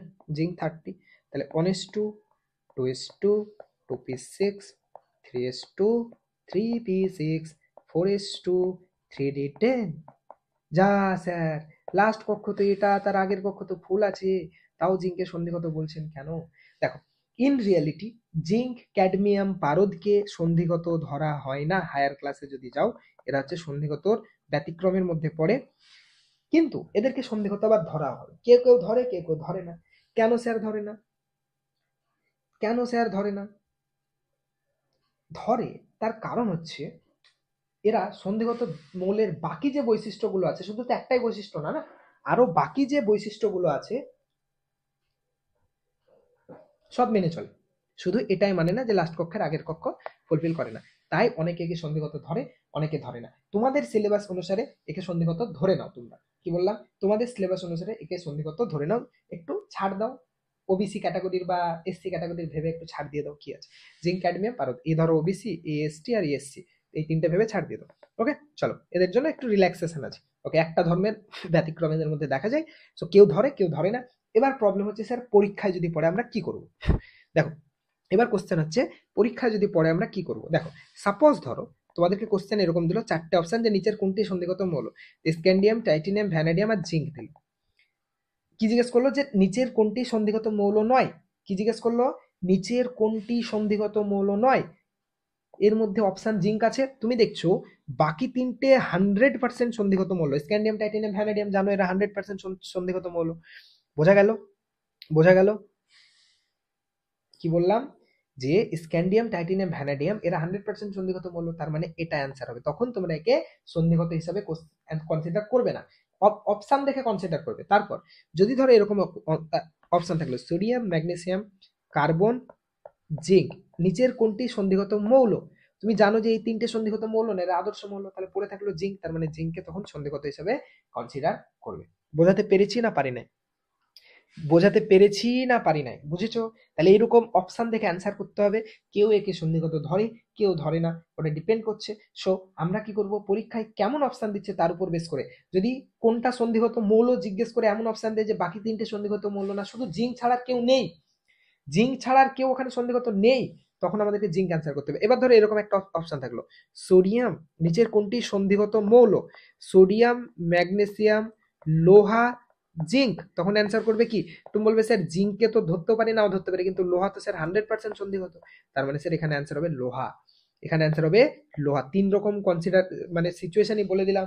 এরপর যদি বলো স্যার আমরা সন্ধিগত করেছিলাম ওখানে অন্য অ্যান্সার নিয়েছি, যদি লোহা জিঙ্ক থাকে বা অন্য একটা সন্ধিগত মৌল জিঙ্ক থাকে দিয়ে জিজ্ঞেস করে নিচের কোনটা সন্ধিগত, তাহলে জিঙ্ক, ক্যাডমিয়াম, পারদ বাদ দিয়ে বাকি যেগুলো থাকবে সেগুলো অ্যান্সার করবে। বোঝাতে পেরেছি? ক্রিস্টাল ক্লিয়ার করে বলে দিলাম, কোশ্চেনে পরীক্ষায় কেমন পড়তে পারে সেভাবেও বলে দিলাম। ওকে, বোঝা গেছে? তাহলে সিচুয়েশন অনুসারে করতে হবে, কিন্তু ইন জেনারেল রিয়েলিটিতে এদেরকে সন্ধিগত মৌল ধরা হয় না, কিন্তু তোমাদের ক্লাস 10 এর সিলেবাস অনুসারে এদেরকে আমরা সন্ধিগত মৌল বলতে পারি। চলো, বোঝা গেছে? বোঝা গেছে? জিঙ্ক কেন নিষ্ক্রিয় হবে? কি নিষ্ক্রিয় কোথায় থেকে এলো? আরে নিষ্ক্রিয় মৌল যারা বিক্রিয়া করে না, ওদের লাস্ট কক্ষে 8টা ইলেকট্রন থাকবে। জিঙ্কের লাস্ট কক্ষে 8টা আছে? ওই নিষ্ক্রিয় মৌলের ফার্স্ট পয়েন্ট কি বলেছিলাম? ওদের লাস্ট কক্ষে 8টা ইলেকট্রন থাকবে। তুমি যে কোনো নিষ্ক্রিয় মৌলের ইলেকট্রন বিন্যাস করো, ওদের লাস্ট কক্ষে 8টা ইলেকট্রন অবশ্যই অবশ্যই থাকবে। বোঝা গেছে? জিঙ্কের লাস্ট কক্ষে কটা আছে? দুটো। ফোরেস 2 লাস্ট কক্ষে দুটো আছে। কেন? কার দুঃখে হতে যাবে ও? কার দুঃখে নিষ্ক্রিয় হতে যাবে? তোমাকে খুশি করার জন্য? আচ্ছা, আমার মনে হচ্ছে স্যার নিষ্ক্রিয় হবে, তাহলে আমাকে খুশি করার জন্য জিঙ্ক নিজেকে বলিদান করে দিল, নিষ্ক্রিয় হয়ে গেল, যে কারোর সাথে বিক্রিয়া করছে না, ঝামেলা করছে না, কিচ্ছু করছে না, চুপচাপ থাকছে না। ভাই, ওরকম সম্ভব না। জিঙ্ক সবার সাথে বিক্রিয়া করে, অনেক বিক্রিয়া করে। জিঙ্কের প্রচুর বিক্রিয়া আছে। ওকে, তাহলে সন্ধিগত আমরা বুঝলাম। আচ্ছা, এটা অনেকে বুঝতে পারবে না, এখানে আমি আর্গন পর্যন্ত লিখিনি, ডাইরেক্ট আর্গন লিখেছি। ওই যে 3p6 লাস্টে আর্গন, তারপর 4s2 3d6 এইভাবে, ঠিক আছে? ওকে, এবার হচ্ছে আমরা স্যার বিরল, এই যা যা যা যা যা স্যার সরিয়ে গেল তো। এবার হচ্ছে বিরল মৃত্তিকা বলো। বিরল মৃত্তিকা। বিরল মৃত্তিকা মানে কি? বিরল মৃত্তিকা মানেই হচ্ছে যাদেরকে মাটিতে কম পরিমাণে পাওয়া যায়। বিরল মৃত্তিকা, বিরল কম পাওয়া যায়, মৃত্তিকা মানে মাটি, যাদেরকে প্রকৃতিতে খুব কম পরিমাণে পাওয়া যায় তাদেরকে বলা হয় বিরল মৃত্তিকা মৌল। ষষ্ঠ পর্যায়ের, এরে কি হচ্ছে এটা, কেন হচ্ছে? ষষ্ঠ পর্যায়ে সিরিয়াম থেকে লুটেসিয়াম পর্যন্ত 14টি মৌলকে প্রকৃতিতে খুব কম পরিমাণে পাওয়া যায় বলে এদেরকে বলা হয় বিরল মৃত্তিকা মৌল। ল্যান্থেনাইটস আরেকটা নামে, দেখো এগুলোই হচ্ছে ল্যান্থেনাইটস। এদেরকে প্রকৃতিতে খুব কম পাওয়া যায় সেরিয়াম থেকে। ল্যান্থেনিয়ামের পরবর্তী 14টা মৌল সেরিয়াম থেকে লুটেসিয়াম, 58 থেকে 71, সেরিয়াম থেকে লুটেসিয়াম পর্যন্ত এই যে 14টা মৌল আছে, লুটে নিল নাকি লুটেসিয়াম, 14টা মৌল আছে, এদেরকে বলা হয় ল্যান্থেনাইড। বাংলা আরেকটা বাংলায় কি নাম? বিরল মৃত্তিকা মৌল। এদেরকে প্রকৃতিতে খুব কম পরিমাণে পাওয়া যায়। আরে কোনগুলো বললেন? এরা এখনো ওখানেই পড়ে আছে, এরা কবে যে এগোবে রে? আরে মাথা মোটা গুলো, এখানে আমি এই তো, আরে যা, তো কোন শ্রেণীর সেম হবে? একই শ্রেণীর তো সেম হতে পারে, তাই না ছাগল? তো এখানে যারা হবে তারা হবে জিঙ্ক, ক্যাডমিয়াম, পারদ। এখানে যারা হবে তারা, আরে নিচের গুলো আমরা নিচ্ছি না, কারণ এগুলো হচ্ছে সব ম্যানমেড। নিচের গুলো হচ্ছে সব মানুষের তৈরি, পরে আসছি, ঠিক আছে সেটা নিয়ে। এই তো জিঙ্ক, ক্যাডমিয়াম আর পারদ এগুলো। ওকে, চলো। ওকে, বুঝলে, এটাও বুঝলে। এবার আমরা কি শিখলাম? আমরা শিখলাম স্যার কি বিরল মৃত্তিকা মৌল কাকে বলে। ষষ্ঠ পর্যায়ের সিরিয়াম থেকে লুটেসিয়াম পর্যন্ত 14টি মৌলকে প্রকৃতিতে খুব কম পরিমাণে পাওয়া যায় বলে এদেরকে বলা হচ্ছে বিরল মৃত্তিকা মৌল। আর ল্যান্থেনিয়ামের পরের মৌল, তার জন্য এদেরকে গেলে ল্যান্থেনাইটস। এই পর্যায়ের প্রতিটি মৌলের যোজ্যতা কক্ষে 3টি ইলেকট্রন থাকা, এদের যোজ্যতা 3। আগেই বলেছিলাম ল্যান্থেনাইটস গুলোর পর্যায় হয় 6, শ্রেণী হয় 3, পর্যায় হয় 6, শ্রেণী হয় 3। এদের যদি এখানে যতগুলো মৌল আছে না, এদের যতগুলো মৌল আছে, কোথায় গেল এই, কোথায় গেল পিরিয়ডিক টেবিল? ওকে, এখানে যতগুলো মৌল আছে সবার তুমি যদি ইলেকট্রন বিন্যাস করো, দেখবে লাস্ট কক্ষে 3টে ইলেকট্রন আছে, তাই যোজ্যতা হচ্ছে 3। লাস্ট কক্ষে 3টে ইলেকট্রন আছে, তাই এদের যোজ্যতা 3। লাস্ট কক্ষে 3টে ইলেকট্রন আছে, তাই এদের যোজ্যতা 3। আর ষষ্ঠ পর্যায়ে আছে, তাই পর্যায় সংখ্যা 6। ষষ্ঠ পর্যায়ে আছে, তাই পর্যায় সংখ্যা 6। আশা করি কারো কোনো প্রবলেম নেই, ঠিক আছে? ওকে, এবার হচ্ছে অ্যাক্টিনাইটস। অ্যাক্টিনাইটস কি ছিল? কোথায় থেকে 89 এর পথ শুরু হয়েছিল অ্যাক্টিনাইটস? তাহলে সপ্তম পর্যায়ে থোরিয়াম অর্থাৎ 90 থেকে লরেন্সিয়াম পর্যন্ত 14টি মৌল, এরা তেজস্ক্রিয়, এরা সবাই তেজস্ক্রিয়, এদেরকে বলা হয় অ্যাক্টিনাইটস। তেজস্ক্রিয় কি জিনিস আমি বলেছিলাম, তেজস্ক্রিয়তা চ্যাপ্টারে গিয়ে পড়বে, এখন জানো তেজস্ক্রিয় একটা টার্ম, এইভাবে জেনে রাখো। সব জিনিস শুরুতে শেখানো পসিবল না, সময় আসলে সব শিখবে, ভয় নেই। তাহলে কি বললাম? 14টি তেজস্ক্রিয় মৌল, এদেরকে বলা হচ্ছে অ্যাক্টিনাইটস। এদের পর্যায় সংখ্যা কত? 7, শ্রেণী সংখ্যা 3। মনে রাখবে অ্যাক্টিনাইটস এর পর্যায় 7, শ্রেণী সংখ্যা 3, আগেই বলে দিয়েছি। এবার আছে ক্ষার ধাতু। ক্ষার ধাতু lithium, sodium, potassium, rubidium, caesium, francium, এই মৌলগুলোকে বলা হয় ক্ষার ধাতু। এই মৌলগুলোকে বলা হয় ক্ষার ধাতু। কি? Lithium, sodium, potassium, rubidium, caesium, francium, এই মৌলগুলোকে বলা হয় কি? ক্ষার ধাতু। বোঝা গেছে? ক্ষার ধাতু। এবার তুমি বলবে স্যার এদেরকে ক্ষার ধাতু কেনই বলা হলো? এদেরকে তো অক্ষার ধাতুও বলা হতো, শয়তান ধাতুও বলা হতো, কেন ক্ষার ধাতু কেন বললো? ক্ষার ধাতু বলার কিছু কারণ, মানে সরি, আমি আবার বলছি কিছু কারণ নেই, আছে কারণ, সেটা কিছুই না। কারণ এরা এরা কি করে, এরা যে কোনো একটা অক্সাইডের সাথে বিক্রিয়ায় ক্ষার তৈরি করে। যেমন অক্সাইড মানে কিছুই না, কোনো একটা মৌলের সাথে যদি অক্সিজেন থাকে আমরা আমরা সেটাকে বলি অক্সাইড। যেমন sodium oxide, NaO2, NaO2 sodium oxide. এটাকে, এটা হচ্ছে সোডিয়ামের অক্সাইড। দেখো একটা ধাতু বা একটা অন্য কোনো মৌল, তার সাথে অক্সিজেন আছে, ঠিক আছে? যে কোনো মৌলের সাথে যদি অক্সিজেন থাকে, তাহলে সেটাকে বলবো সেম ধাতুটার অক্সাইড বা সেই মৌলের অক্সাইড। তাহলে কি বললাম, এই যে ধাতুগুলো, যেমন ধরো সোডিয়াম, ক্ষার ধাতু একটা, এর সাথে যদি জলের বিক্রিয়া করাও তাহলে সোডিয়াম হাইড্রক্সাইড কি ক্ষার, অ্যাসিড ক্ষার চ্যাপ্টারে গিয়ে পড়বে, যাদের সাথে ওএইচ থাকে তারা ক্ষার হয়। এখন শর্টকাট জেনে রাখো, এটা কথা না যে ওএইচ থাকতেই হবে, আমি বলছি মানে বেসিক টুকু বুঝে রাখো। তাহলে এটা একটা ক্ষার, ঠিক আছে, এটা একটা কি ক্ষার, ওকে ক্ষার। তারপর ধরো পটাশিয়ামকে যদি জলের সাথে বিক্রিয়া করো, জল মানে কি একটা অক্সাইড, হাইড্রোজেনের অক্সাইড, তাহলে তৈরি করবে পটাশিয়াম হাইড্রক্সাইড, তাহলে এটা একটা ক্ষার। তাহলে ক্ষার তৈরি করে, তাই এদের নাম ক্ষার ধাতু। ক্ষার তৈরি করে বইলা এদের নাম ক্ষার ধাতু। বুঝছো না বুঝো নাই? বুঝছো না বুঝো নাই? হ্যাঁ, কোনটা কি, আরে কোনটা কি ধাতু মনে কেন রাখবে ছাগলগুলো, এমনি হয়ে যাবে। ক্ষার ধাতু কি 1 নম্বর শ্রেণীর সব মৌলগুলো ক্ষার ধাতু। এই তো আমি আছি কি করতে, 1 নম্বর শ্রেণীর সব মৌলগুলো ক্ষার ধাতু, 1 নম্বর শ্রেণীর সব মৌলগুলো, এরা প্রত্যেকেই কোনো একটা অক্সাইডের সাথে বিক্রিয়া ক্ষার তৈরি করে, তাই এদেরকে কি বলা হয়, ক্ষার ধাতু। তাহলে 1 নম্বর শ্রেণীর যতগুলো মৌল আছে, hydrogen, lithium, sodium, potassium, rubidium, caesium, francium, সব ক্ষার ধাতু। তোমাকে পরীক্ষায় কোনোদিন জিজ্ঞেস করবে না নিচের কোনটি ল্যান্থানাইডস, জিজ্ঞেস করলে হয়তো প্রথমটা আর লাস্টটা জিজ্ঞেস করতে পারে ম্যাক্সিমাম।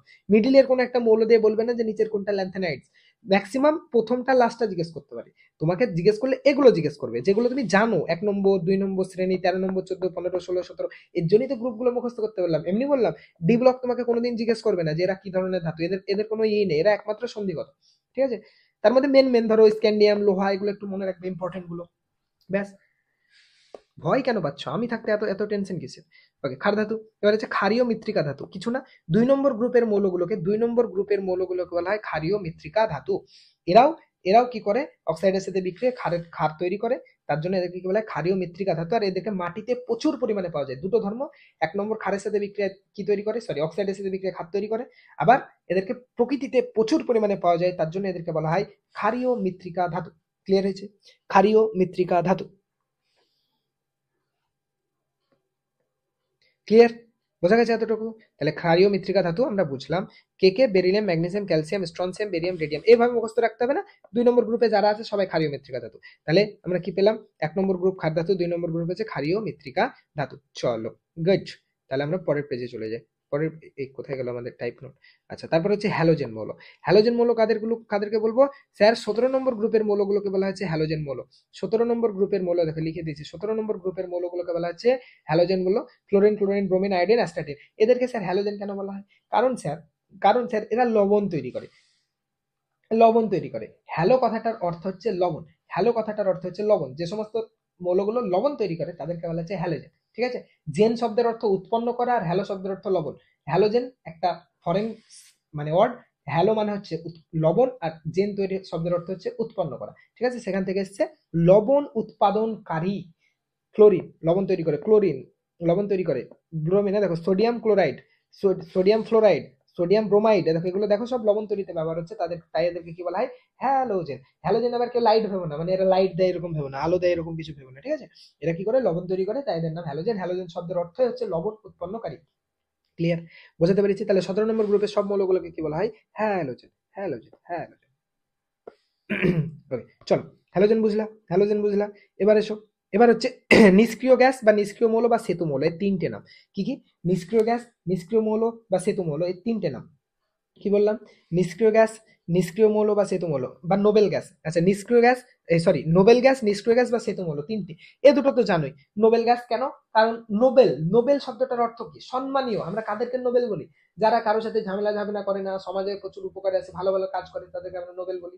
এই মৌলগুলো কি করে, কারোর সাথে বিক্রিয়া করে না, কোনো ঝামেলায় যায় না, কাউ কিচ্ছু করে না, নিজের মতো পড়ে থাকে চুপচাপ। সেই হিসাবে দেখতে গেলে স্যার আমরাও তো গোটা দিন বেডে পড়ে থাকি স্যার, আমাদেরকে তো কেউ নোবেল বলে না।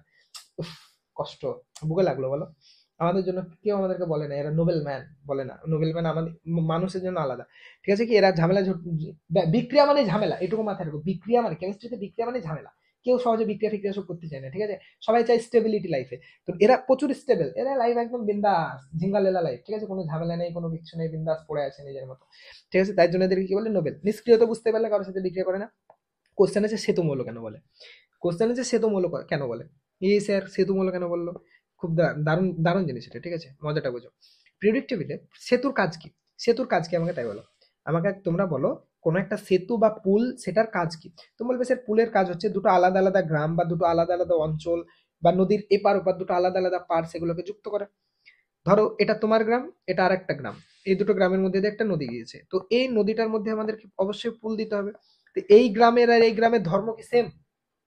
এই গ্রামের ধর্ম বা বৈশিষ্ট্য ওই গ্রামের বৈশিষ্ট্যের সাথে মিলবে? দুটো আলাদা আলাদা গ্রাম, আলাদা আলাদা বৈশিষ্ট্য, আলাদা আলাদা মানুষ, মিলবে না স্যার। দেখা যাচ্ছে এখানে হিন্দু বেশি, এখানে মুসলিম বেশি, দেখা যাচ্ছে এখানে মানুষেরা মানে সবজি বেশি খায়, এখানকার মানুষেরা মাংস বেশি খায়, সেরকম অনেক বৈশিষ্ট্য থাকতে পারে। দেখা যাচ্ছে বাম দিকের মানুষগুলো খুব শয়তান, ডান দিকের মানুষগুলো আরো বেশি শয়তান। তো ভালো কেউ না, ঠিক আছে, সবাই শয়তান। তো তাই সেতুর কাজ হচ্ছে দুটো আলাদা আলাদা ধর্ম, আলাদা আলাদা জায়গা, আলাদা আলাদা অঞ্চলকে মিক্সড করানো, তাই না? এই যে নিষ্ক্রিয় গ্যাস, তাদেরও ধর্ম তাই, নিষ্ক্রিয় গ্যাসের ধর্ম তাই। দেখো নিষ্ক্রিয় গ্যাসের ধর্ম কি, মানে এরা এদেরও পজিশন ওই রকম। ভালো করে তাকাও, তুমি যদি দেখো পিরিয়ডিক টেবিলের বাম দিকে, আমরা লাস্ট ক্লাসে পড়বো, বাম দিকে যে মৌলগুলো আছে সবাই দেখো ধাতু। খেয়াল করেছো? Lithium, beryllium, sodium, magnesium, potassium, calcium, rubidium, এগুলো সব ধাতু। একদম এখান থেকে শুরু করে এখান পর্যন্ত, এই দিক পর্যন্ত সব ধাতু, ঠিক আছে? এরা হচ্ছে সব ধাতু। আর যত পিরিয়ডিক টেবিলের বাম থেকে ডানে যাবে তত অধাতু। দেখো দেখো, কার্বন, নাইট্রোজেন, অক্সিজেন, ফ্লোরিন, নিয়ন, গ্যাস, এগুলো হয় অধাতু। অধাতু সব অধাতু গ্যাস। ক্লোরিন, ব্রোমিন, আয়োডিন, এগুলো হচ্ছে সব অধাতু, ধাতু না, ঠিক আছে? ধাতু না এরা। তাহলে এরা সব ধাতু, এরা সব অধাতু। এবার দেখো ভালো করে তাকাও, দেখো ফ্লোরিন বিশাল অধাতু, মানে একদম তীব্র লেভেলের অধাতু। তারপরের মনে হচ্ছে নিয়ন, কে নিষ্ক্রিয়। তারপরে দেখো একদম সম্পূর্ণ 9, 10, 11 নম্বর সম্পূর্ণ উল্টো ধর্ম। এরা ইলেকট্রন ছাড়ে, এরা ইলেকট্রন গ্রহণ করে। ফ্লোরিন ইলেকট্রন, আমি একটা এক্সাম্পল দিয়ে দেখাচ্ছি ভালো করে। দেখো পিরিয়ডিক টেবিল যদি দেখো, তাহলে মৌলগুলো কিভাবে আছে। ধরো আছে ফ্লোরিন, তারপরে আছে আমাদের নোবেল গ্যাস, নোবেল গ্যাস, তারপর কি আছে, তারপর হচ্ছে সোডিয়াম। এটা অধাতু, এটা ধাতু। এটা ইলেকট্রন বর্জন করে, এটা ইলেকট্রন গ্রহণ করে। বুঝতে পারছো? সব সেপারেট ধর্ম।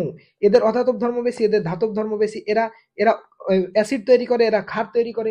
তাহলে সব সেপারেট সেপারেট ধর্ম, পুরো ব্যতিক্রম, একে অপরের উল্টো ধর্ম। এরকম দুটো আলাদা আলাদা বৈশিষ্ট্যের মধ্যে মাত্র একটা মৌল আছে। এই দেখো, এই দেখো, তাহলে এটা কার মতো কাজ করছে? দুটো আলাদা আলাদা ধর্মের মধ্যে মেলবন্ধন ঘটাতে, মানে সেপারেট একটা ধর্ম থেকে আর একটা সেপারেট ধর্মে যেতে তোমাকে কার উপর দিয়ে যেতে হচ্ছে? নিয়নের উপর দিয়ে। প্রত্যেকটা মৌল দেখো, নিষ্ক্রিয় মৌলগুলো এইভাবে অবস্থান করছে, তাই এদেরকে বলা হয় সেতু মৌল। দারুণ না? সুন্দর না? হ্যাঁ, এফ কে সুপার হ্যালোজেন বলে লেখা আছে তো ওখানে, দেখে দেখে বলছি। ওকে চলো, তাহলে হলো, তাহলে নোবেল গ্যাস 18 নম্বর গ্রুপের মৌলগুলোকে বলা হয়েছে নোবেল গ্যাস। ব্যাস হয়ে গেল, গল্প শেষ নোবেল গ্যাসের। তাহলে এবার চলে এসো ইউরেনিয়ামের মৌল। আচ্ছা এখানে আর একটা কয়েকটা আছে, ওগুলো পরে আছে। ইউরেনিয়ামের মৌল, ইউরেনিয়ামের মৌল মানে কি? ইউরেনিয়ামের পরবর্তী যতগুলো মৌল আছে, কি পর্যায় সারণীর সপ্তম পর্যায়ে ইউরেনিয়াম হচ্ছে 92। এই ইউরেনিয়াম হচ্ছে প্রকৃতিতে পাওয়া, প্রাকৃতিক ভাবে পাওয়া লাস্ট মৌল। কি বললাম? এখানে লিখে দিয়েছি দেখো, ইউরেনিয়াম হচ্ছে 92, এটা হচ্ছে লাস্ট প্রাকৃতিক মৌল। এরপর 92 এর পর যতগুলো মৌল আছে সব ম্যানমেড, মানুষ এগুলো তৈরি করেছে ল্যাবে।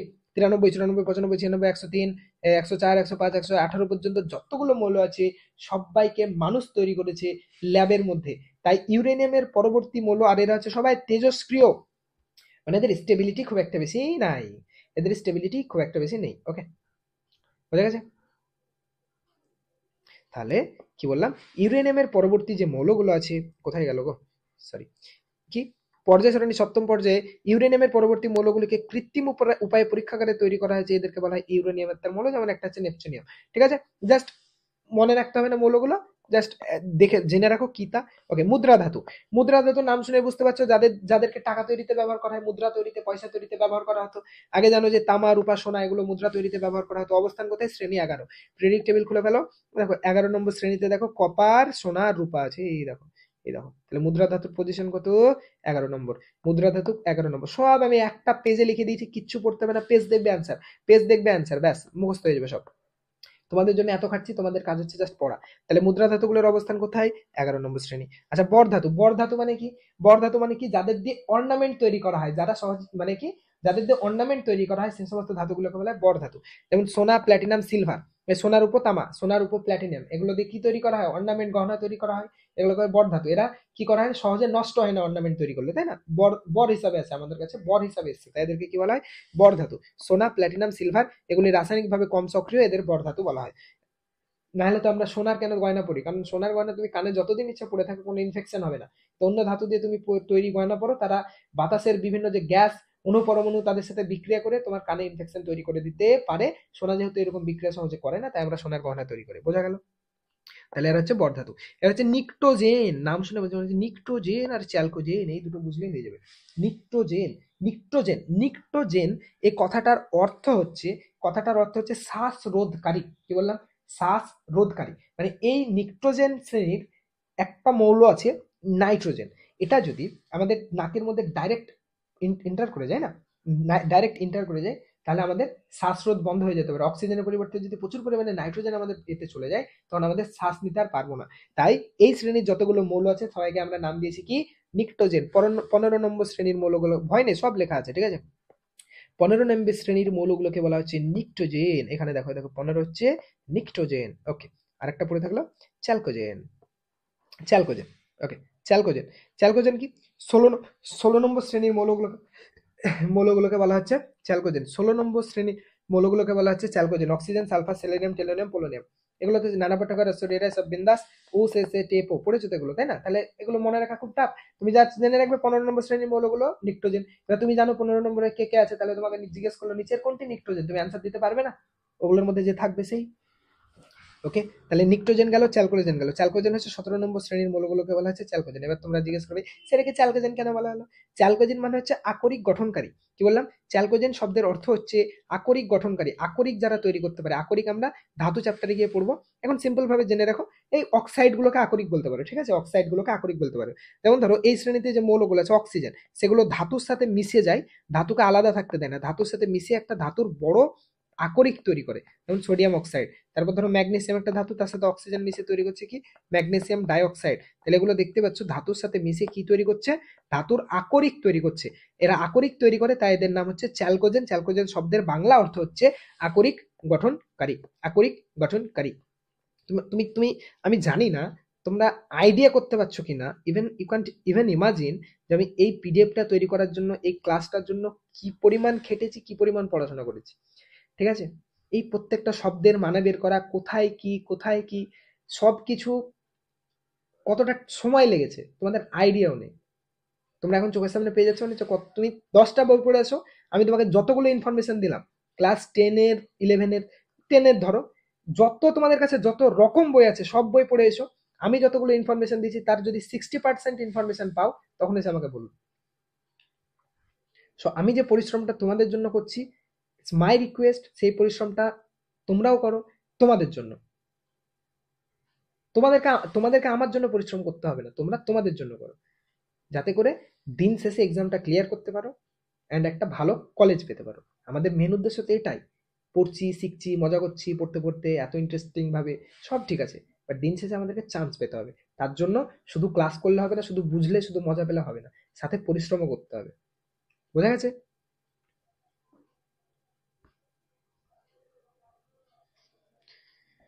হুফ।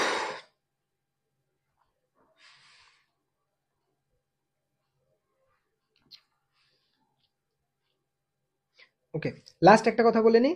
এটা হচ্ছে এখানে একটা মৌল আছে এফ, আমরা পরে পড়বো একে কেন সুপার হ্যালোজেন বলে। জাস্ট মনে রাখবে এই মৌলটাকে বলা হয় সুপার হ্যালোজেন।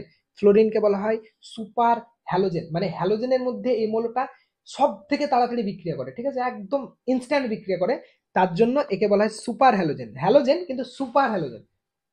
বোঝা গেল? ব্যাস, আজকের ক্লাস এখানেই দা এন্ড। আশা করি সবার খুব খুব ভালো লাগলো। নেক্সট ক্লাসে আমরা যা ওই ধর্মর জায়গাগুলো পড়ে নেবো, তাহলে ক্লাস কমপ্লিট।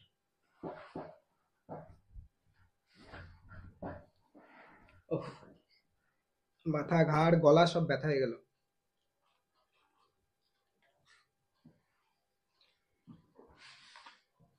শুধু আমি ফেভারিট স্যার হলে হবে না, ফেভারিট স্যার, থ্যাংক ইউ যে তুমি এটা আমাকে মানে এত বড় যোগ্য মনে করো, সেটার জন্য I am grateful. But but favourite sir হওয়ার সাথে সাথে যেন ফেভারিট ব্যাচও হতে পারো প্রত্যেকটা টিচারের কাছে।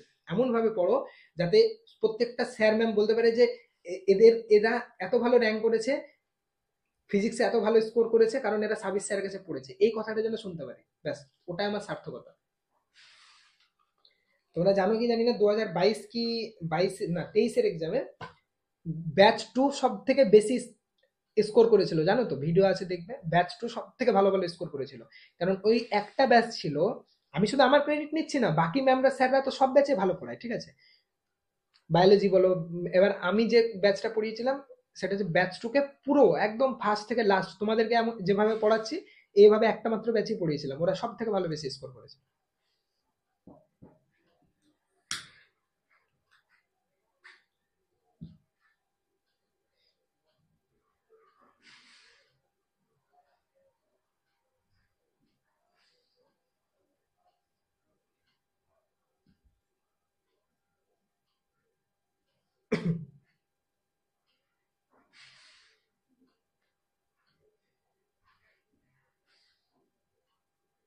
সো এটা আমার চাওয়া, আমি যেমন পরিশ্রম করছি তোমরাও পরিশ্রম করো, ভালোভাবে পড়ো।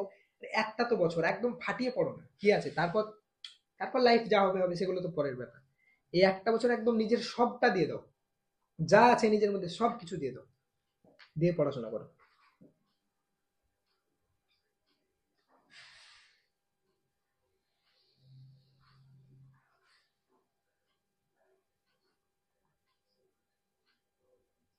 কুড়কুড়ের প্যাকেটে নাইট্রোজেন গ্যাস থাকে?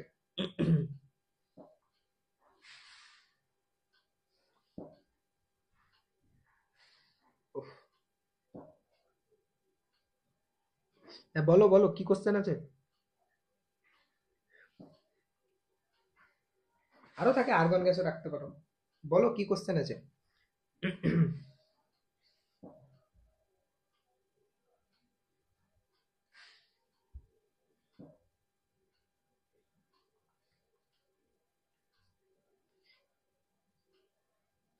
বিরল গ্যাস মানে হচ্ছে যে গ্যাসগুলোকে প্রকৃতিতে খুব কম পাওয়া যায়। বিরল মানেই তাদেরকে কম পাওয়া যায়, রেয়ার ইংলিশ হচ্ছে রেয়ার, বিরলের ইংলিশ রেয়ার। আর বিরল মৃত্তিকা মানে যে সমস্ত ধাতু বা অধাতু যাই হোক, ধাতুগুলোকে প্রকৃতিতে মানে প্রকৃতিতে কম পাওয়া যায়, তাদেরকে বিরল মৃত্তিকা ধাতু।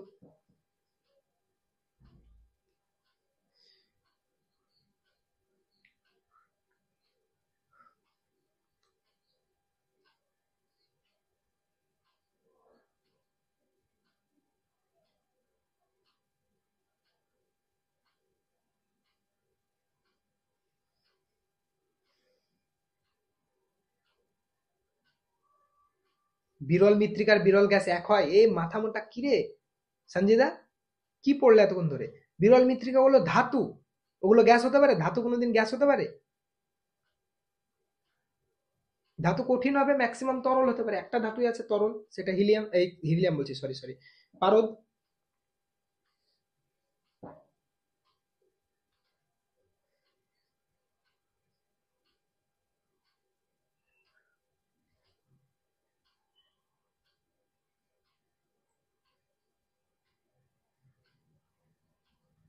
ওকে, চলো তাহলে আজকে এখানেই এন্ড করলাম। গুড নাইট সবাইকে, ভালোভাবে পড়ো, ভালো থাকো, বি হ্যাপি। টাটা।